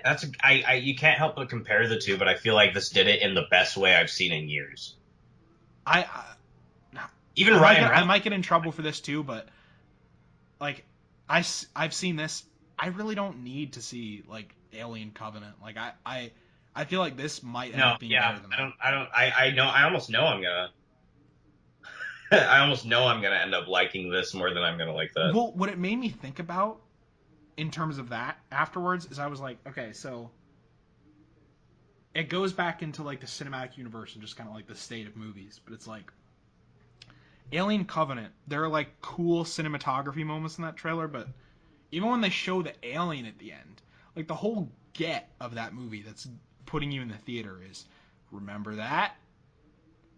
Oh yes. Why not just do a movie that's basically Alien, but do it on a slightly different way, Do so it better. you can yeah, so that you can redo a movie and kind of add whatever individual taste instead of let's do a sequel years down the line in a way that you're kind of tied to that source material in a way that you can't break from in a lot of ways. Like this movie, let's just I mean obviously this is all spoilers, so like the alien, the Calvin creature. What did First you of all, think of that? I love that it was called Calvin. That was hilarious. That Like was funny. I Yeah. love that throughout the movie I when liked all the world building in the beginning, how they showed how important each person on that spacecraft was to the population of the world, really. yeah, and I love how just like when people are dying in like gruesome ways, people are still like, "Oh fuck, Calvin's coming." And it was Yeah. interesting because I was like, you know, that's so much cooler than whatever they do in Alien Covenant because it's like we know what this is already. At least in this movie, you made something that looks different and it's cool and it's called Calvin. Like that's hmm something that I could like you could ask me 2 years from now, like, remember that alien called Calvin? And I'd be like, oh yeah, totally, because it was called Calvin. Like that's Yeah. weird. That's like an interesting little touch that they name it Calvin, and it's from like the kids on Earth. Um, so yeah, it was that bit of world building, but not world building in the sense of we're adapting this from a comic book and we're building a world to turn it into a franchise. No, it was just like here's our idea for a movie that's kind of like Alien. We're gonna build a world around it and kind of a mythology around it, and Yeah. that's the type of thing that you'd remember in a couple years as opposed to like something that's adapted from something that people know. I don't know. Yeah. So No. I liked that it was just kind of it was a simple concept, not super original, but it was a simple concept and really good acting and just a really good execution of a simple idea. Absolutely. I think this is and I think you and I would be in agreement if I said like this is the kind of smart sci-fi, smart studio sci-fi that I really want to see more of, where it takes, I wouldn't say it takes too many risks, but I sure as fuck didn't expect Ryan Reynolds to be the first one to die. That was so cool. That was amazing. Because right from the first 15 minutes, I was like, all right, Ryan Reynolds, I can tell you're trying to tone it down, but like, I still hate you. Yeah, I was saying like at the beginning of this movie when they were showing the crew, and I was like, okay, that guy's gonna die first. I thought it was going to be either the Japanese guy and when the I black thought it guy. was gonna be. I thought it was gonna be the Japanese guy. Yep, same. Okay. He was good too. I liked him. Yeah, it was either gonna be him or the black guy who gets his hand crushed. That was fucking nuts too. Okay, something else I noticed. I was genuinely held in suspense for like several scenes. Genuinely Oh like yeah. kicking in front of me and I was like, "Oh shit." And I held my hands up and I was like, "Wow, I never would have thought I would get that invested. Well, Physically invested into it." you know what's really cool that I liked about like this alien setup was that it's. I like that at the beginning, especially. It's just like this little thing, and it just crushes this guy's hand, Yep. and then eventually it disappears like up. I love that moment, like when it I love how big it I love how it gets bigger after it comes out of Ryan Reynolds. when it or when it like goes up into the like into the ventilation system or whatever it is, and just Yes. Oh, dude, that was insane when it kept trying, but it would lock just before. And then when it got in, I out loud I was like, "Oh, you're fucked." yeah, dude, that was so cool because it was. I loved those little shots, like you were just saying about it, like going up to the little vents, Yeah. because it No. was like you're seeing this like life form, and I'm just thinking, what was like kind of intelligent about this movie is that I feel like if there was ever something like this, that's how it would go down, and especially their reactions to it, because like at Yeah. the beginning when they're like, it's just it's probably this is just like it's not like a human being. This is just what it does. And I also really like that moment though, where she's like, I know this isn't scientific or anything, but I feel such hate. Yeah.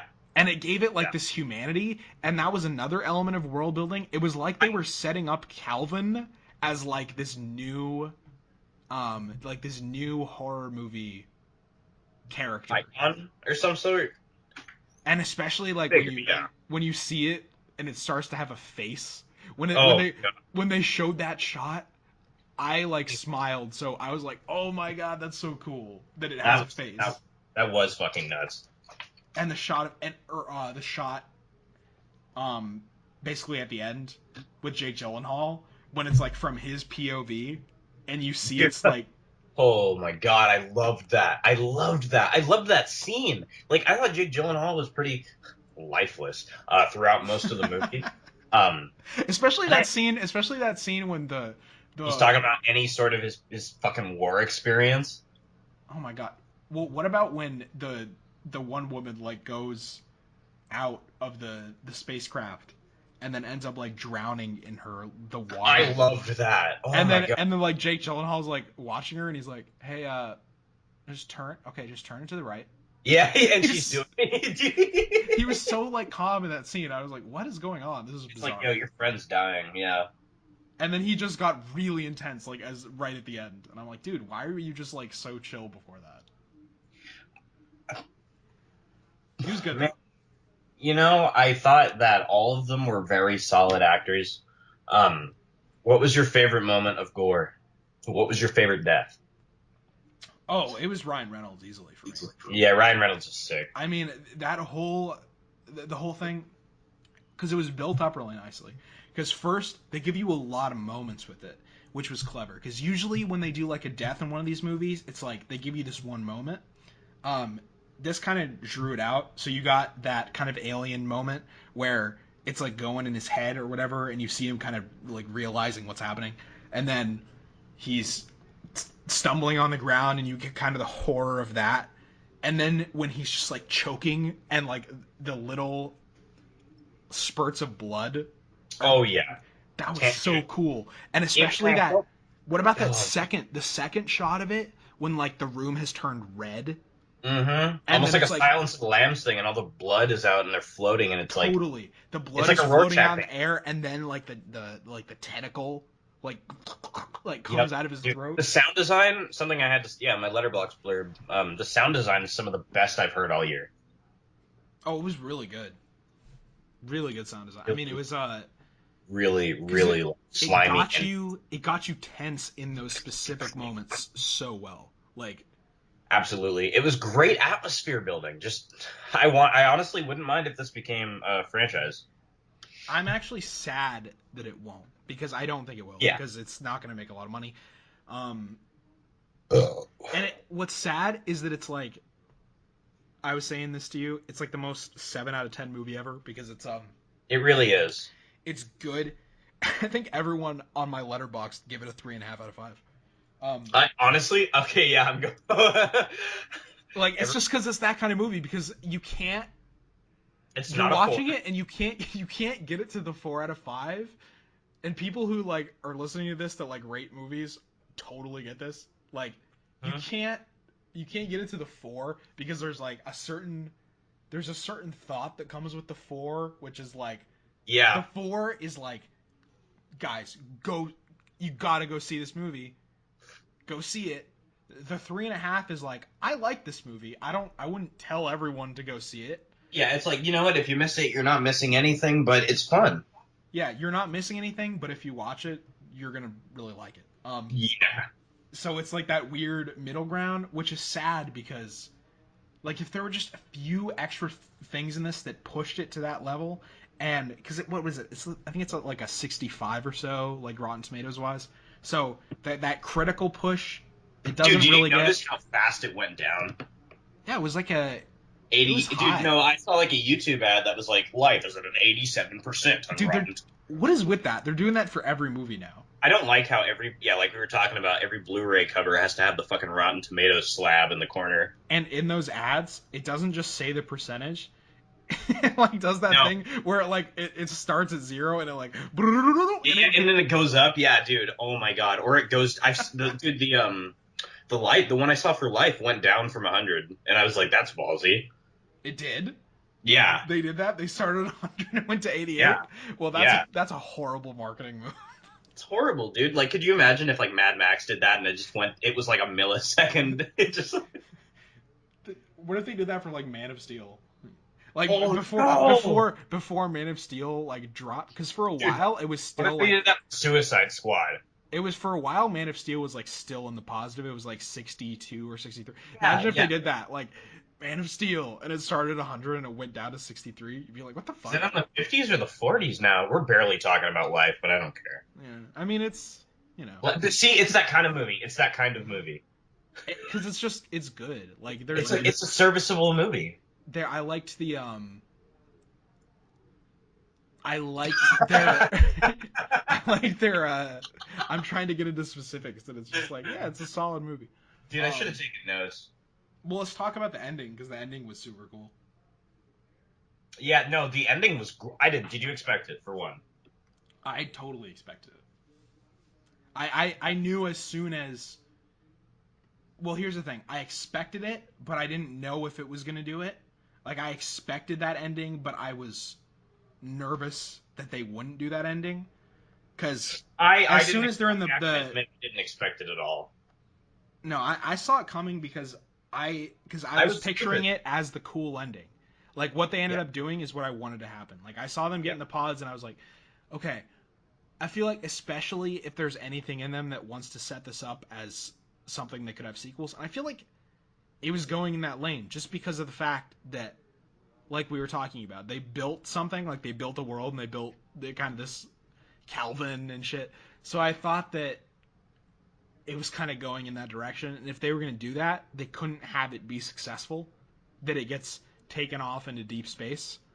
So I knew, like, as that was happening, okay, if they wanted to go in that direction, they're going to have it be kind of misleading and that it ends up that he's the one who ends up being on Earth. yeah, yeah. No, I okay. When they were rolling up to the pod, I seriously, until I saw all that stuff, all the tentacles and slime and stuff. I seriously thought it was going to be like a Emily Ferguson. That's her name, right? Rebecca Ferguson. Yeah, I mean She's great. I love her. that would have been way cool if I didn't see it coming at all. And no, I actually like audibly was like, holy shit. Yeah, that's it's I, still a I really maybe I cool took a ending, little too and much. I also love that like the thing with like you see like the boats coming toward it. Loved that. But to me, the best part of the ending, the thing that sold it completely to me, with the music playing, is the shot of her when she's going into space and she's like, "No, Oh my god, no!" I feel like that's actually that will stick with me for a while because it's so fucked up. It was like haunting, like legitimately. You're like, That's "Oh like what if fuck." gravity, like what if the inverse of gravity? Totally. No, that was so cool. Part of me kind of wishes it ended with her, like when they have the shot of her screaming. I almost wanted it to end with her being like, I thought nah! it was gonna.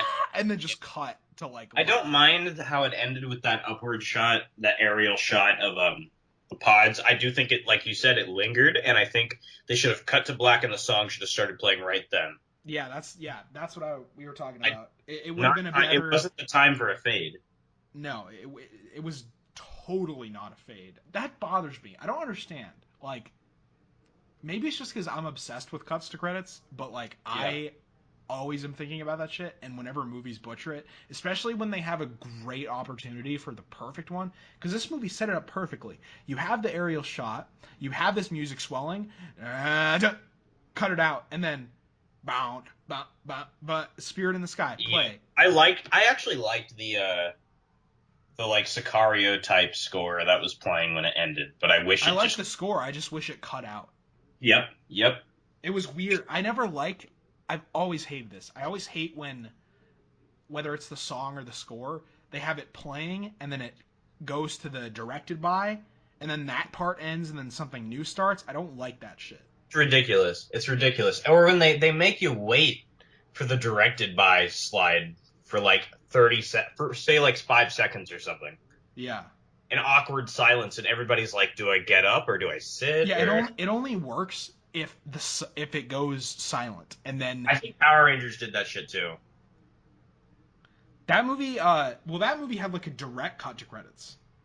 It was direct, but it was still like, "Oh, It okay, was awkwardly timed though. yeah." They didn't wait long. That was actually the inverse of it because Life waited too long. Power Rangers did the thing like the Marvel movies where it like even though It's like, I "Hey, like you the ready for the song, next one? Bye." yeah, it Did you like see they Warcraft? I didn't know.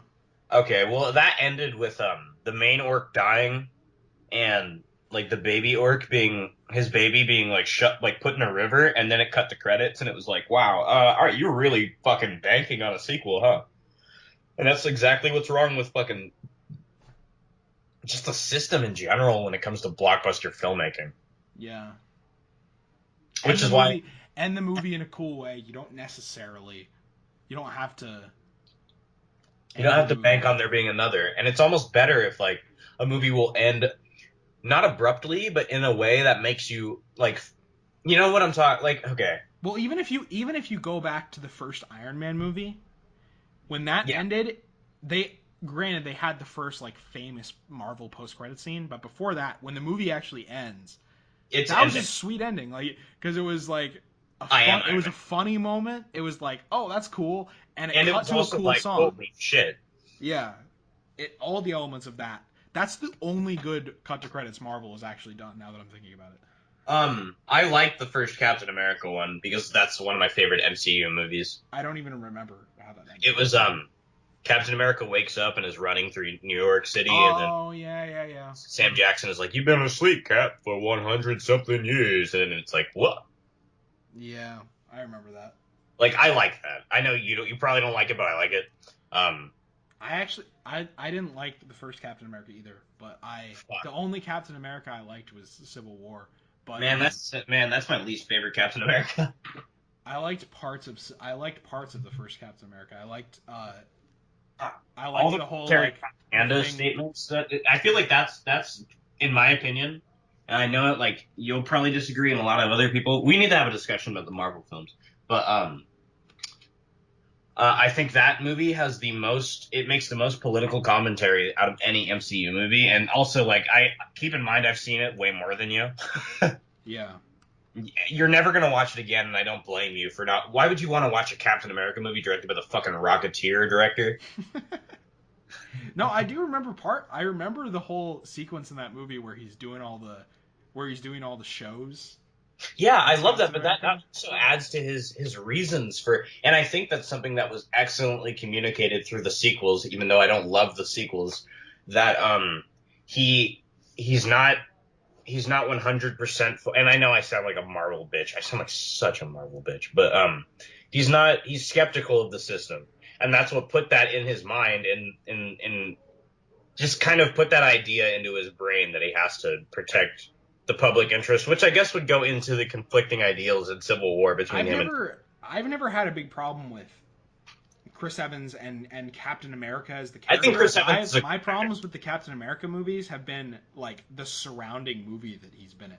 Like yeah, oh, dude, exactly. I've always been fine with Captain America. I've never like disliked that character. It's just like Yeah, the movie he's been in have always just been like ugh, exhausting.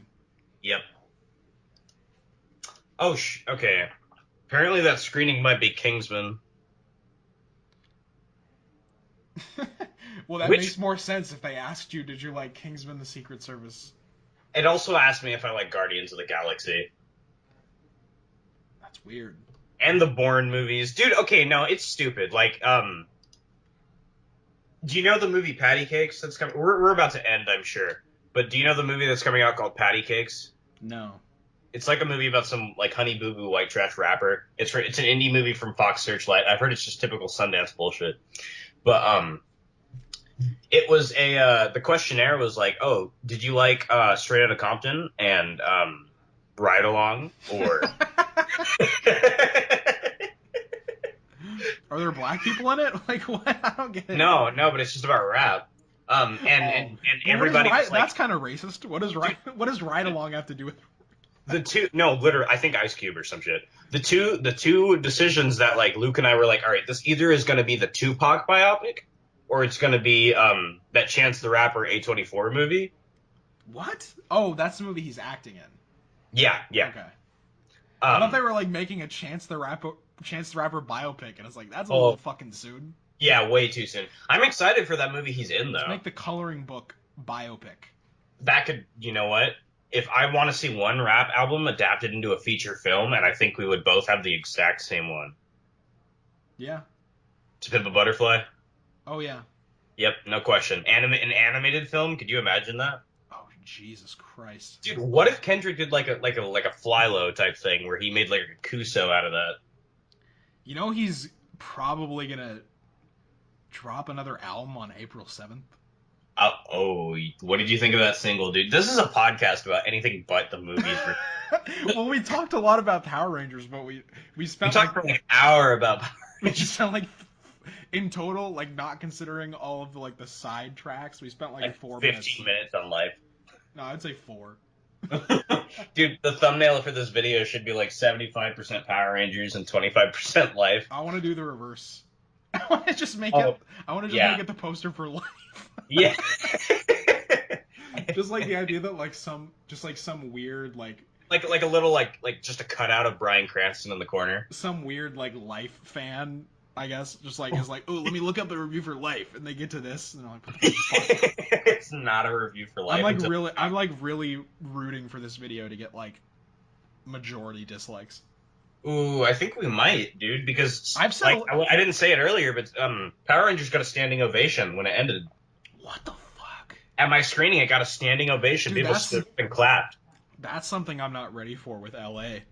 Um, I feel like because all the Collider people are out there and shit, and like I oh, always hear about like the LA screenings, and I always hear about like the superhero movies getting like standing ovations, and I'm like, I feel like if I yeah, was in that crowd, I would like turn fucking to the kill person yourself. next to me and punch them. Dude, okay, no, my dad and I saw Transformers: Age of Extinction at 10:45 a.m. on the Saturday morning after the Friday it came out. Got a standing ovation, and my And dad. you know, you wonder how any of these people might have overinflated opinions of the movies. Well, you kind of wonder how, like, what would happen if you saw a movie that was like actually thoughtful. And it Like, didn't get a standing ovation. yeah, no, like, okay. I will only clap for. I don't know how you are about standing O's. I will only clap for a movie if it really wowed me. There have been multiple times, like when the Linklater movie ended, I was the only one in our group of four people who did not clap. I've never done the standing O, but I will clap I've done it. occasionally. I did it for Silence, and I did it for Midnight Special, and I did it for last year. Um, I I did did it. it. For, I did Huh? it for. I think Dark the Knight Rises. last movie I did the claps for Oh, last movie I did the was claps for. I've done that. I did that for Lego Batman. Dude, I was so fucked up at the premiere for that. I did that for. I think La La Land was probably the last one. There are a couple. Dude, I was sobbing too hard when that ended for me to Well, clap. for I clapped at Split, and I know you hated Split, but I'm like a fucking Ooh, I was one of the dude. No, okay, that is the craziest standing ovation I've seen it for a movie in a long time because dude. If you're a that fucking was the world premiere. the way people are like Marvel geeks, I'm a fucking M Night Shyamalan geek. Okay, you would have been one of many people I in would have that fucking auditorium. if I was in an atmosphere with people doing standing O's, I would have like You know the stood up and screamed. you know the Grumman Chinese Theater in Hollywood Yeah, with the you know where they have like the yeah, like the cement and shit. right. Um, that was the theater that Split was in. Um, and when it ended when the Bruce Willis Unbreakable shit at the end, people were literally going oh like super loud and screaming. Yeah, I would have been one of those I saw dude. If hats. I saw we hats flying in the air. dude when we see movies in LA, can we make like a point of just like No trying to matter do standing O's for like the shittiest movies? every movie, yeah, dude. No, like Like we stand up and we're like, see oh Chips fuck. standing up. We start screaming and cheering, and everyone's like, "Yo, what?" We do it for like chips. Yeah, Chips. We need to do that for like Chips Life. Oh god, that would be great. Because and you just know that someone would like join in it. Like even if they didn't agree, someone would just get in on it. I've definitely because it's different when you don't go to the movies in the super packed theaters or like in the city. Like the reactions are always different. I've definitely been the person who's initiated claps a few times. Because there have been I times know. when the movie's so Okay, great, and I've just like, I led the fucking or I led the claps for Resident Evil 6 this January. um, I led the claps for the Lego Batman premiere, which was actually pretty cool. But I think that was because I was like so fucked up. I think premieres, it's a bad I sign if you don't get applause. You need to come to one of those. Yeah, no, I because I on Wednesday I had the Linklater and then I had passes to the red carpet for Power Rangers. Yeah, You know I really thought about doing Power Rangers. I know you can. You know I. of you know I course. thought about doing And you that. know that got a standing ovation. I know it got a standing ovation, dude. No matter what, I've been to bad world premieres before. Um, Definitely Age of Extinct. Like I'm sure all the Transformers movies. they all do, dude. Dude, they fill the theater up with Transformers fans, not critics, but Transformers. Patriots Day, dude. Okay, Definitely the most like electric um atmosphere I've ever been in for a movie was easily opening night of Force Awakens. Like that I whole had to work movie. that night at the theater. I had to Oh, that's work, so sad, dude. dude. No, get this. I went with Huh? my pal Jonathan, and like we had like the reserve seats, so we didn't have to worry about waiting in line for hours. Like I remember I waited in line 8 hours for the Dark Knight Rises. I I was so waited in line glad I don't 11, have to do that shit. dude. Um, I With remember we went to see that movie and like we like we just drank some wine before we were like getting hyped, and dude, people like it wasn't even a huge theater, but that atmosphere has never been topped. Like people when that title came on, and it was super emotional for me because like I was into it also. So that was the Did you first imagine time. how jaded we are now? I was the same way. Oh yeah, dude, I'm like, ugh. Dude, no, the first time I saw Force Awakens was at a press screening, um, and nobody was doing that. I saw it. Okay, so this was when I worked at a Regal. Um, I bought tickets for the 7 o'clock. I had work at 9:30, so I literally had to get up and leave. This is the second time I was watching the movie, but it was that Thursday night, so I got to experience that except for the ending. I Yeah. literally had to leave to clock in when Kylo stabbed Han. Literally had to be that asshole who got up and walked out in his theater uniform. Oh man, Dude, but working that night was the worst night of work I've ever had, and I could imagine. I was stressed. I literally pulled out my hair and I was crying at one point Dude, that just because seems like it would be hell. I can it only was imagine. the worst. It was the worst. Guess what weekend I stopped? I stopped working at Regal. My way of quitting was just not coming in anymore. You Right. want to guess what weekend that was? Okay, I'm gonna try to think. Um, It was last spring. Last spring. Batman v Superman. Thank you. Yep. Yeah. That was the one where I didn't show up. I just was like, That was nope. a sad, dude. That was a sad atmosphere because That was a I saw depressing. that. The screening for that, they handed out free beer at the screening, and people were still booing. Dude, they were probably talking to the other people in the studio, and they're like, "Dude, is there any way we can hand out like ecstasy at this? Like, is there some way that we can like just numb this a little bit for people, like a little more than beer?" Where your Dude, brother's it was just so like, it was so sad because like the beginning, everyone was so jacked. Like when all the trailers played, people were clapping. Like when it like the Warner Brothers came on, everyone was like, "Yeah!" Like people were freaking out. And then when the movie ended, it was fucking dead silent. dude, it's so, like everybody's like, did you see what? It's one of those movies where everybody had to look at each other like, did you just see what I saw? Like, are we watching the same movie? I remember coming out of that movie thinking it was I, like I felt, I felt like I seriously felt like I got the shit beat out of me, I was so depressed. Like dude. I no, really, like, that movie. And the thing is, like the ultimate cut is also depressing, but it's like depressing in a good way. Like the theatrical cut is depressing on top of the fact that it's depressing for being bad. So it's like yeah, it's everything. It's just like the most depressing it could be. And you're just that, like sitting there like, "Oh my god." And then by the way, still, here's something. Batman v Superman, one of the worst things about that movie, horrible cut credits. yeah, Horrible. absolutely atrocious, dude. And it And was why you could telegraph it too. why the why did they do of all the credit styles a quick scroll? For I real. can I can only imagine it was like That's people are not what gonna you should do for a movie that's epic. people are gonna want to leave so bad. Let's just scroll the credits as fast as possible. Yeah, no, literally, and there's nothing after the credits either, right? I don't think so. Fucking I god. I didn't stay for it, and that was what was crazy.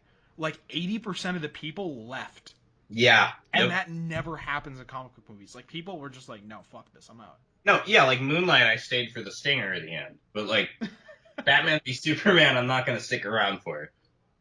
No, I was sad, and also like the music that they had at the end was built for like a cut to a title. Yeah, like a cut to like a standing ovation, and yeah, Why did they fuck that up? And also, the more Batman v Superman shit. They should have.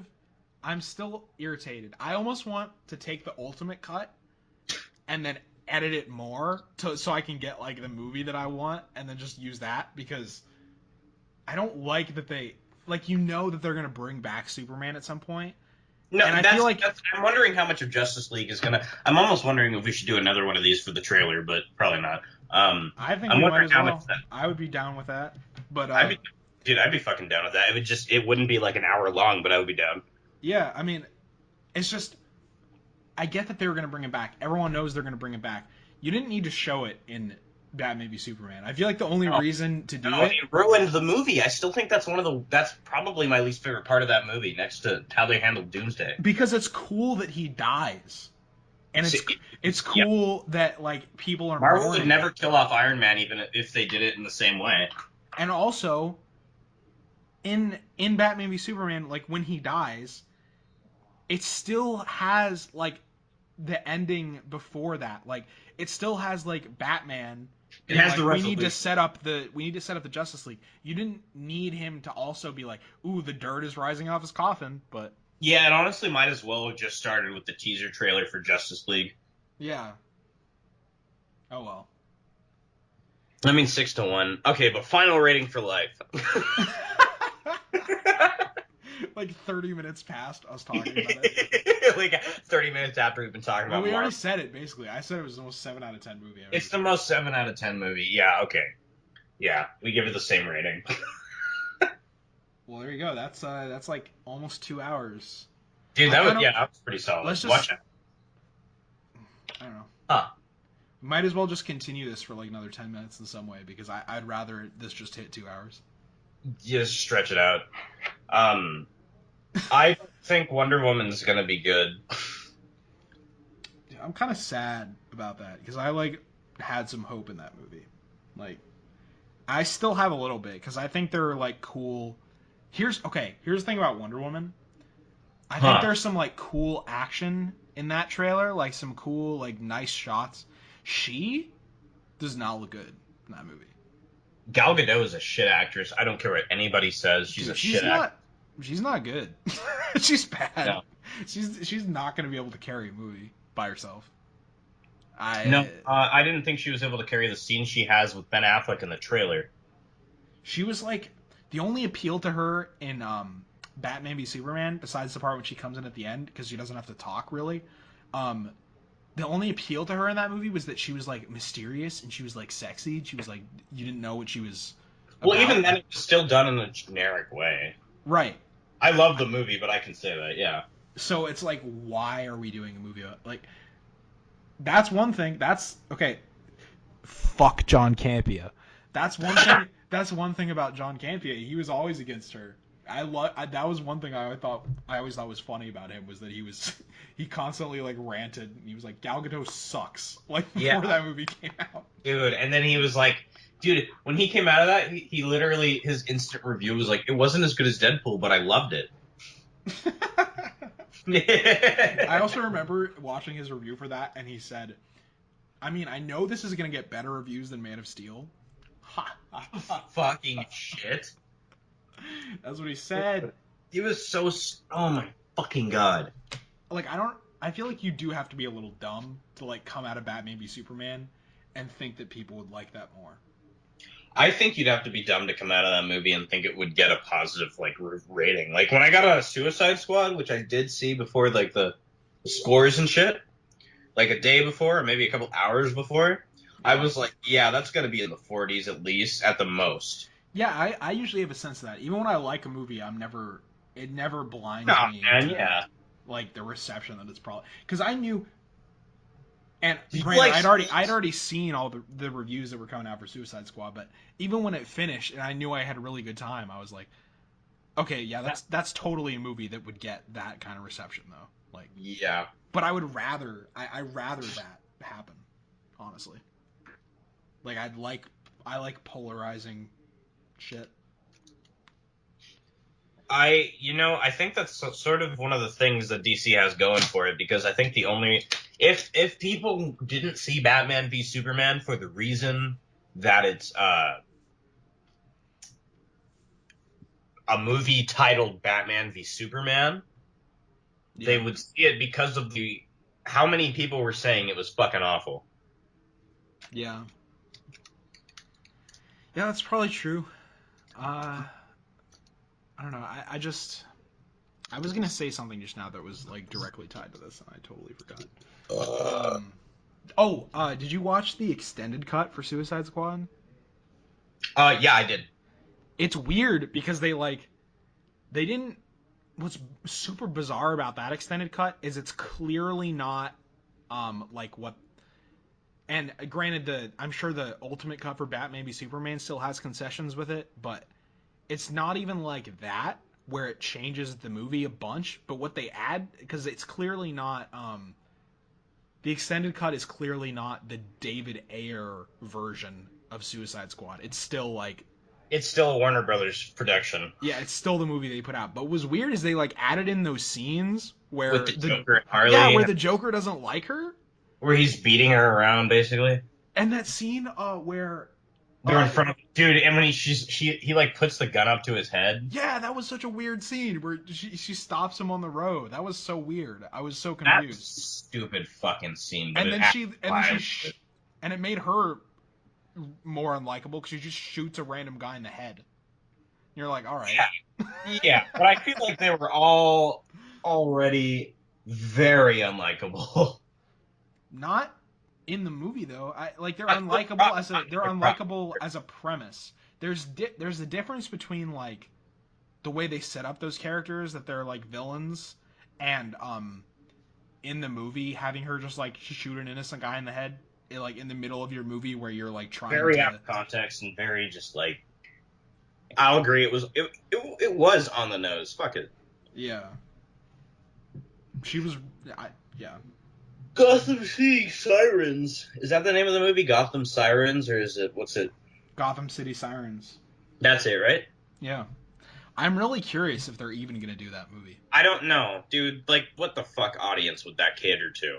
DC is fucking in a weird position right now. Like Do you think they're gonna redirect or like? they've clearly already done it. I have a feeling my biggest worry about Justice League is not that it sucks. My biggest worry about Justice League is that it could be even better than it was, but they made it into not a real movie. Because it even seemed like from that Comic-Con trailer, like that whole scene with the Flash and Ben Affleck Oh, was a yep. Marvel scene. It felt like a fucking Marvel That scene. scene, imagine that in Batman v Superman. Just like never would happen. Um, it, I'm worried that Batman v Superman happened, and then studio guys came in, and Zack Snyder is directing this Justice League movie already, which was supposed to be two, and then they made it one, which is Yeah, so dude. They fucked up.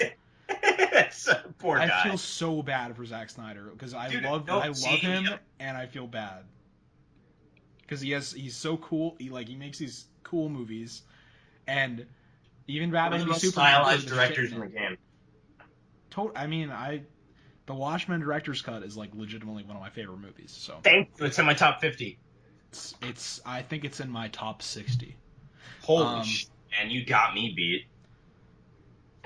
dude, it's There's a lot of Zack Snyder movies in there for me, honestly. I I just feel bad. Like I feel like he's He got gonna get fucked. He his got fucked. movie. He's gonna get his movie taken from him. I don't think we're gonna see. It'll be interesting. That's why I do want to do the Justice League podcast, the trailer, because Yeah, please, because especially I would love to state my thoughts on the DCEU online. yeah, especially after this discussion, because it's going to be interesting to see, and I think we're not going to have a full picture of it, but we're going to get a sense of whether Whether or Justice League not is they going to be have a their real shit movie. together. Yeah, and honestly, I would so much rather Justice League be like polarizing for people and have it be a movie directed by a person than like it's That's kind of a yep, Zack Snyder movie, but we also wanted to be like Marvel, so we're changing it. We're making it funnier and we're making it quippier. Like I don't want that at all. yep, dude. I don't want it to be like we're gonna turn Bruce Wayne into Tony Stark. That's what Um, that clip was. That's that's what that exactly clip what that clip was. is. And even like that shot, even there were even a couple shots in the Comic Con trailer. Like something I really liked about him as Batman in that was that he was just like he was so fucked up. Like he was like depressed clearly, and he was like an alcoholic. They kind of hinted at that, and he was just like fucking a bunch of people all the time, and he was Yep. just like grizzled and murdered people. Like that Yeah. dude. I Like love that. Logan. That's what people complain about. They're like, this Batman is murdering people, and I'm like, good. That's cool as fuck that he's murdering people. Like, I wish they stayed with that. Yep. And people got pissed at me. I was saying this. People got pissed at me when I was saying I was so much. It would have been so much cooler if Batman v Superman, if like Zack Snyder was given like full reign, and they were like, okay, you did Watchmen, make whatever movie you want here, and he Yep. could have made that movie as violent Like as Christopher it. Nolan or something. Dude, Like what if he got to do like a George Miller type thing? well, here's the thing about Batman v Superman. It's incredibly violent. Like It's a just dude, yes. All the Batman shit is like you could it he did Batman in the best way any filmmaker will do Batman. you can only imagine, like, what would have just put the icing on the cake for me in that is if it would have been as brutal as some of the action scenes in Watchmen, and it would have been Oh like a little yes. bloodier, and some of that Batman stuff, like that would have Is been that you so agree that crazy. warehouse scene is like incredible? Yeah, great scene. And yeah, I don't want that to be compromised, and I think it's almost a certainty that that's gonna happen. I oh shit, we're at 2 hours. Nice. Um, I think who do you think? Okay, real quick before we get off, who do you think is going to be the scene stealer in the Justice League trailer? Um, It's definitely not going to be Wonder Woman or Batman or I feel like it's got to be either. It's either got to be the Flash or Cyborg. I don't know, dude. We just talked about those. Those are the ugliest ones. They have, yeah, and the one that they need to do the most, like the only Dude, one they remember when cast. they were gonna make a cyborg standalone movie? I think they still are. No, they're not. There's no fucking Okay. way. Unless he's great and like people love him in that, and What if there's he no ends way. up being like the Black Panther of this? Well, I think Black Panther's gonna suck. I think Cyborg has a better Really, aside chance. from the director and the cast. I didn't really like him. I really didn't like him that much in Civil No, I didn't War. think he was great, but I just like Ryan Coogler, and I'm falling into their trap. Never mind. It could be. I mean, it could definitely be better than a lot of them. I have more hope for that than like Or Avengers: Infinity War, but I don't know.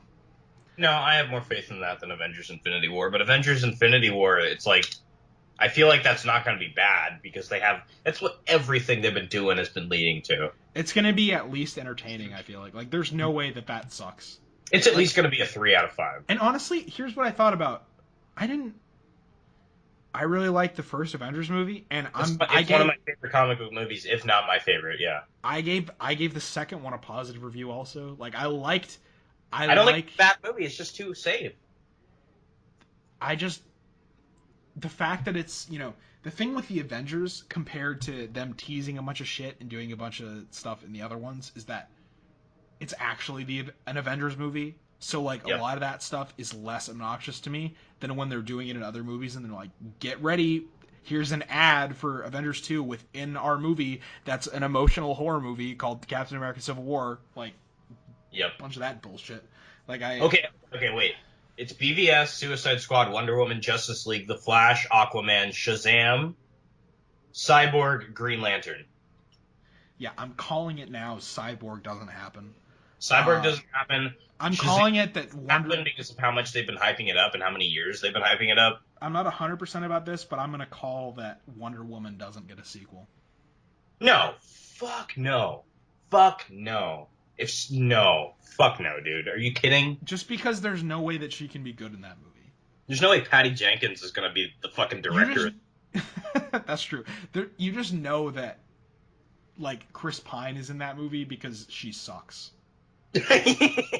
Like, He's there's. gonna be out acting the shit out of her and all the dude. I Oh think my god! DC. Every Here's another reason SCTV. why I think Justice League is going to be stolen from Zack Snyder because DC fucking hates Zack Snyder. I think at this point They despise him. because okay, on top of the fact that he made Batman v Superman and Man of Steel, which are like getting have opinions all over the place, he also was the guy, and this definitely can be held against him. He was the one who wanted Gal Gadot. So like, Oh my, yeah, that alone. so you can totally blame him for that. I mean, that's the fucking sucker punch Zack Snyder coming out. So you Zack can't. Snyder's a fucking. He's a better director than the dude who did Power Rangers, and he's a better director than the dude who did Life. So I guess that's a good way to end the. Yeah. You know what? Zack Snyder for Power Rangers too. We can finally talk about Power Rangers. The anticipation. No, man, I would have never thought you would have liked it more than I did.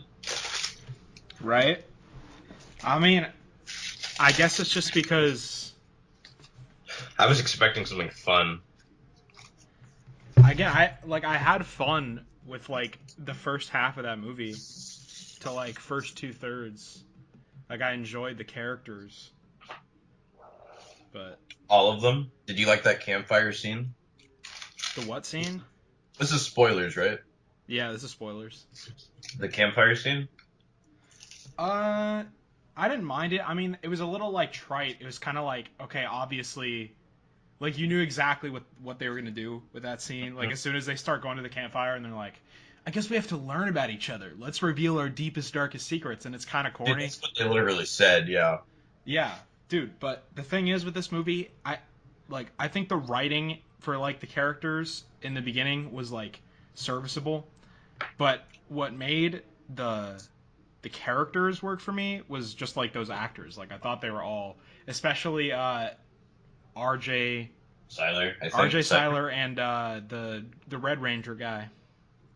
Like Zac Efron, kind of. Yeah. Zac Efron and Jared Leto's love child.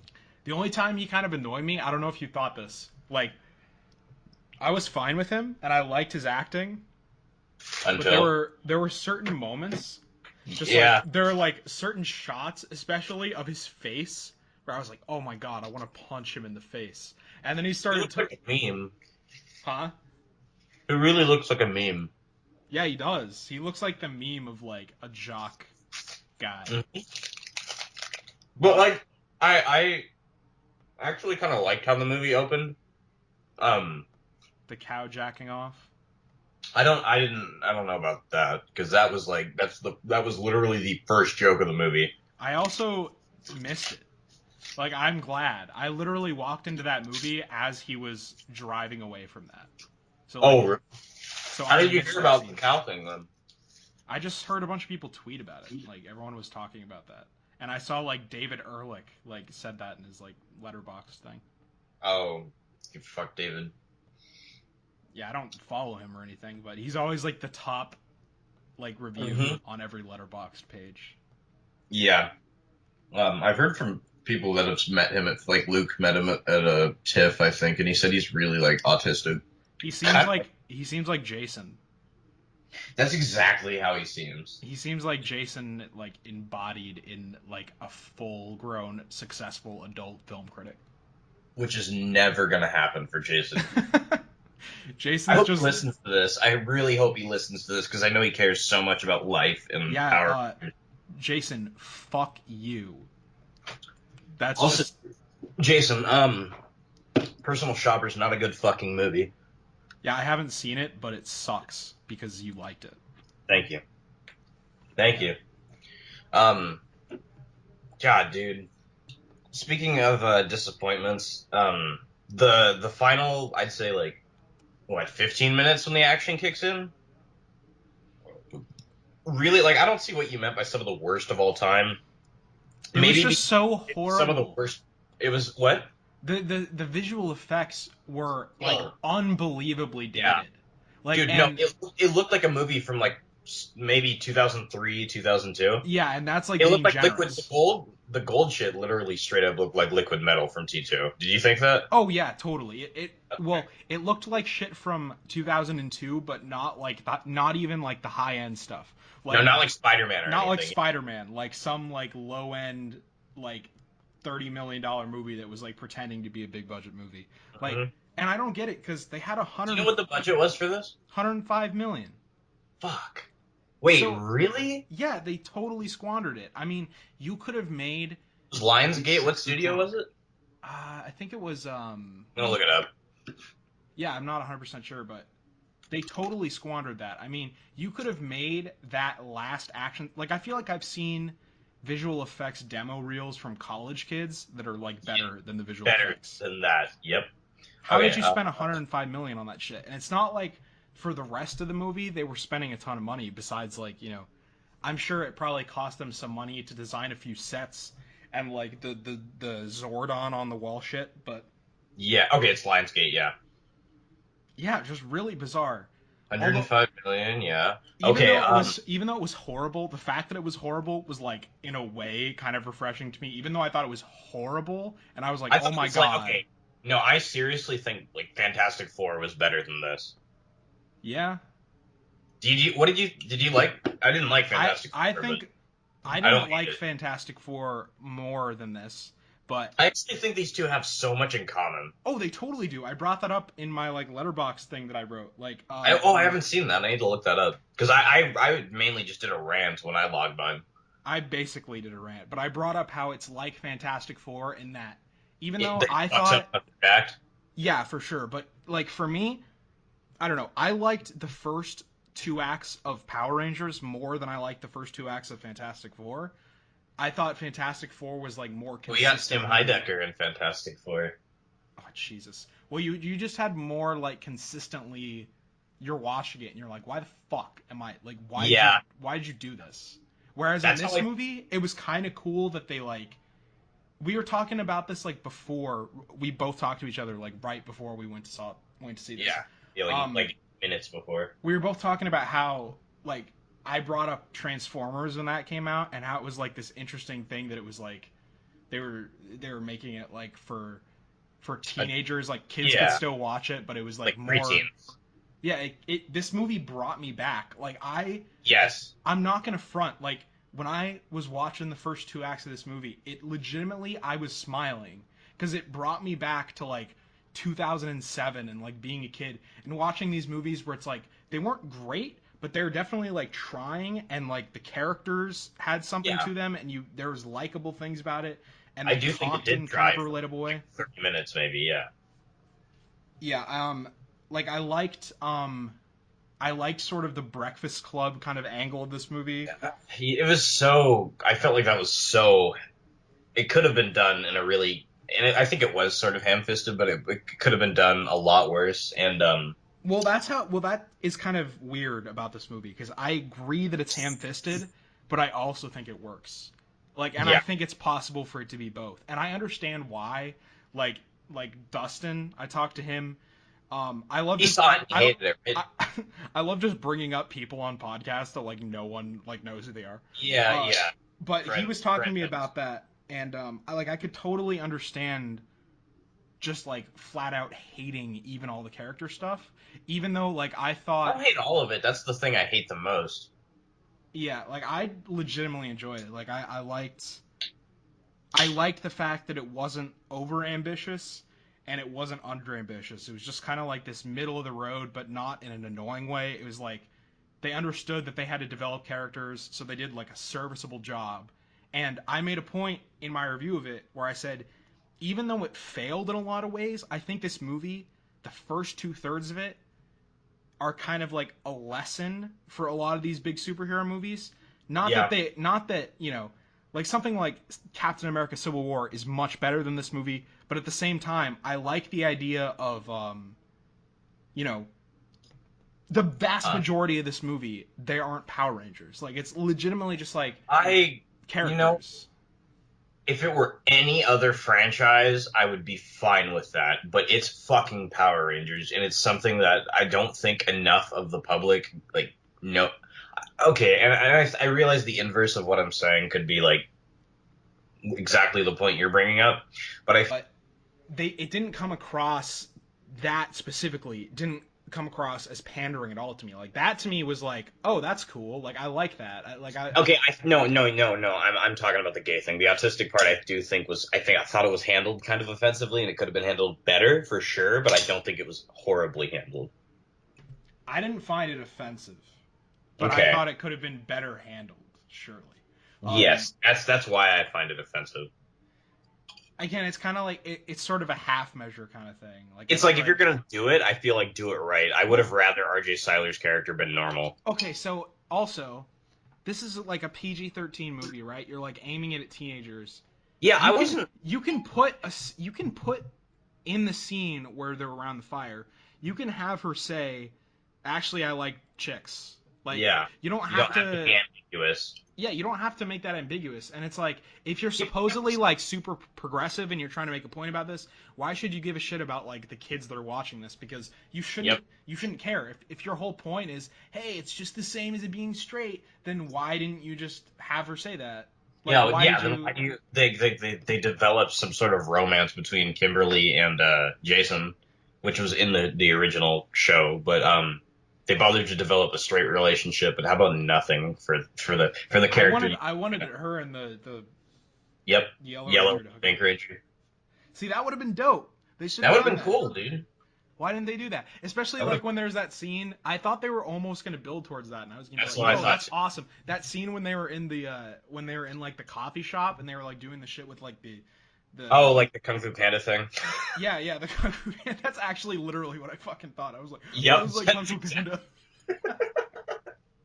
Yo, good job, guys. That was a cool Kung Fu Panda scene. exactly. I thought they were actually building towards that, but then it was just like, no.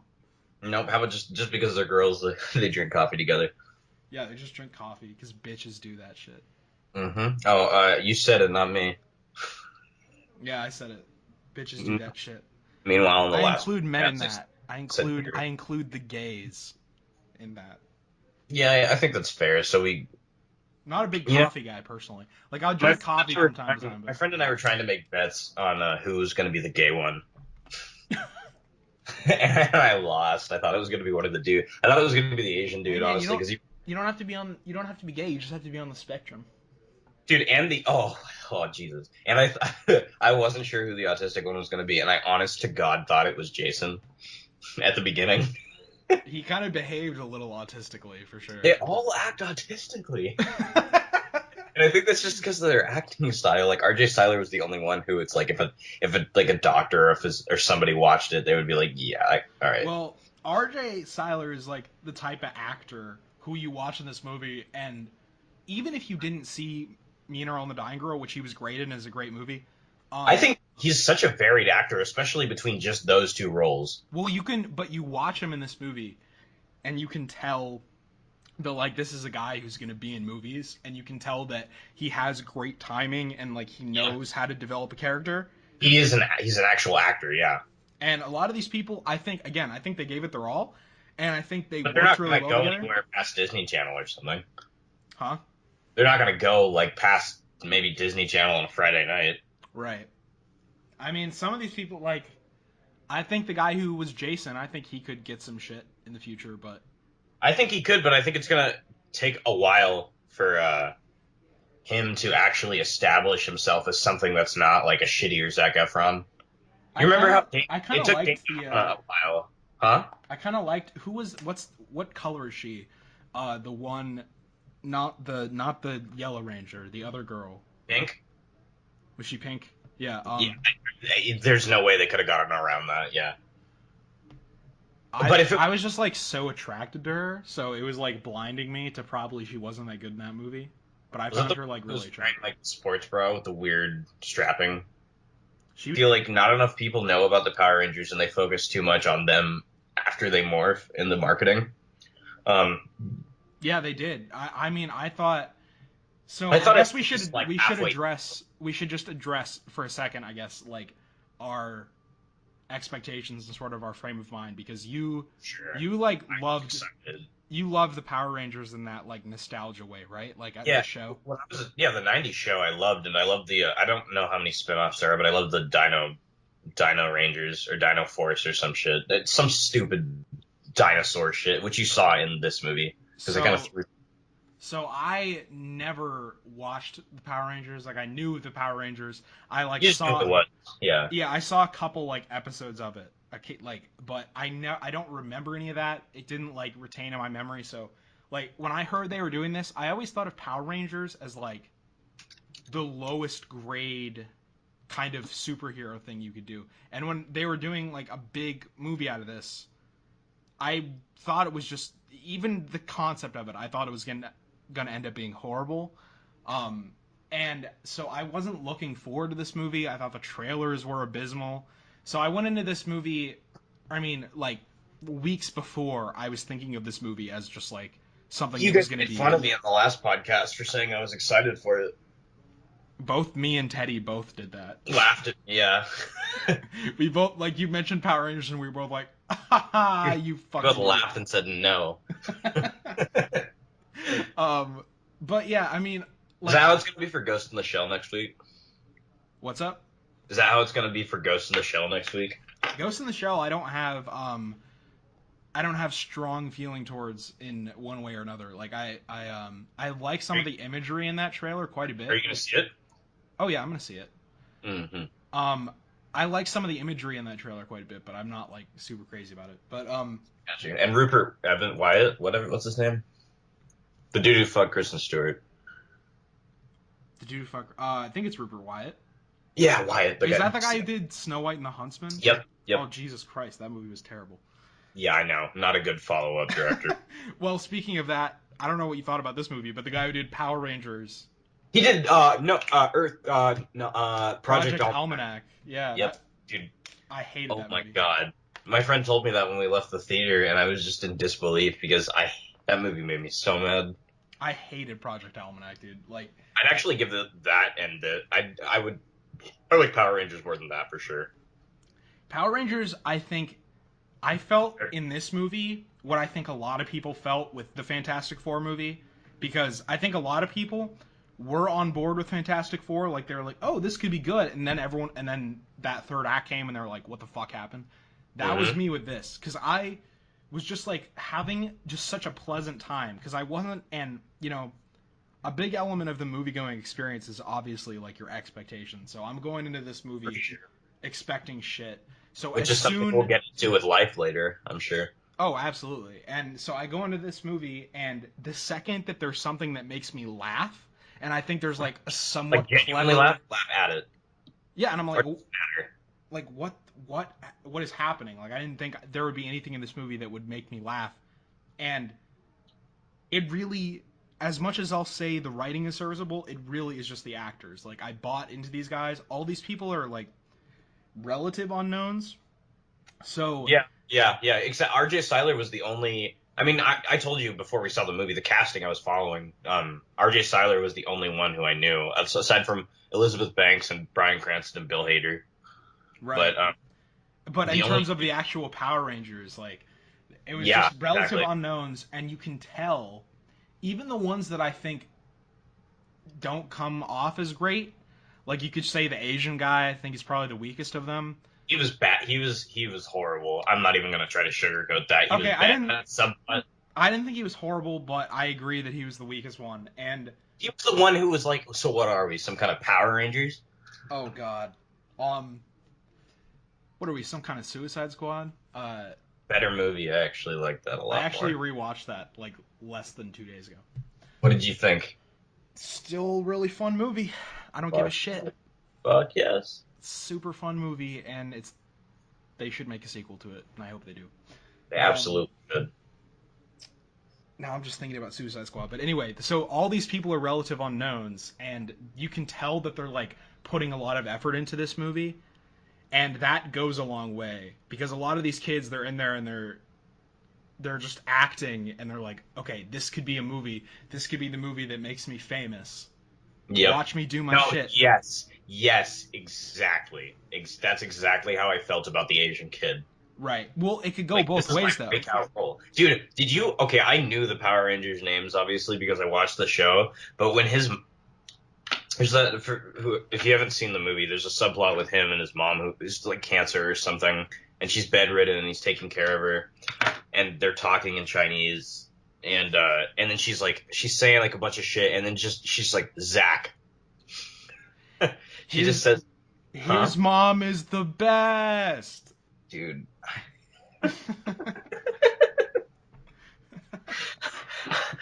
Great. That was by far the worst moment of that scene. It was like when he did that.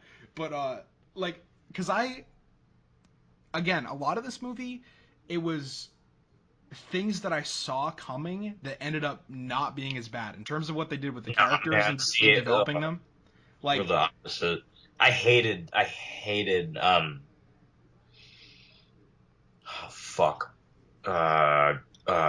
Jason. I hated Jason because, dude, his dad was not that bad, and he was like, "Oh, you gonna remind me of my screw up dad?" No, actually, I was just wondering if you wanted to like fix it. I'll help you pay for it. And fucking later on, his dad's out looking for him. And he's like, "Oh, dad's out to scold me." It's like, dude, just cut the fuck off. You killed his other son, so chill. was the thing at the end was it supposed to be that he knew that he was the Power Ranger?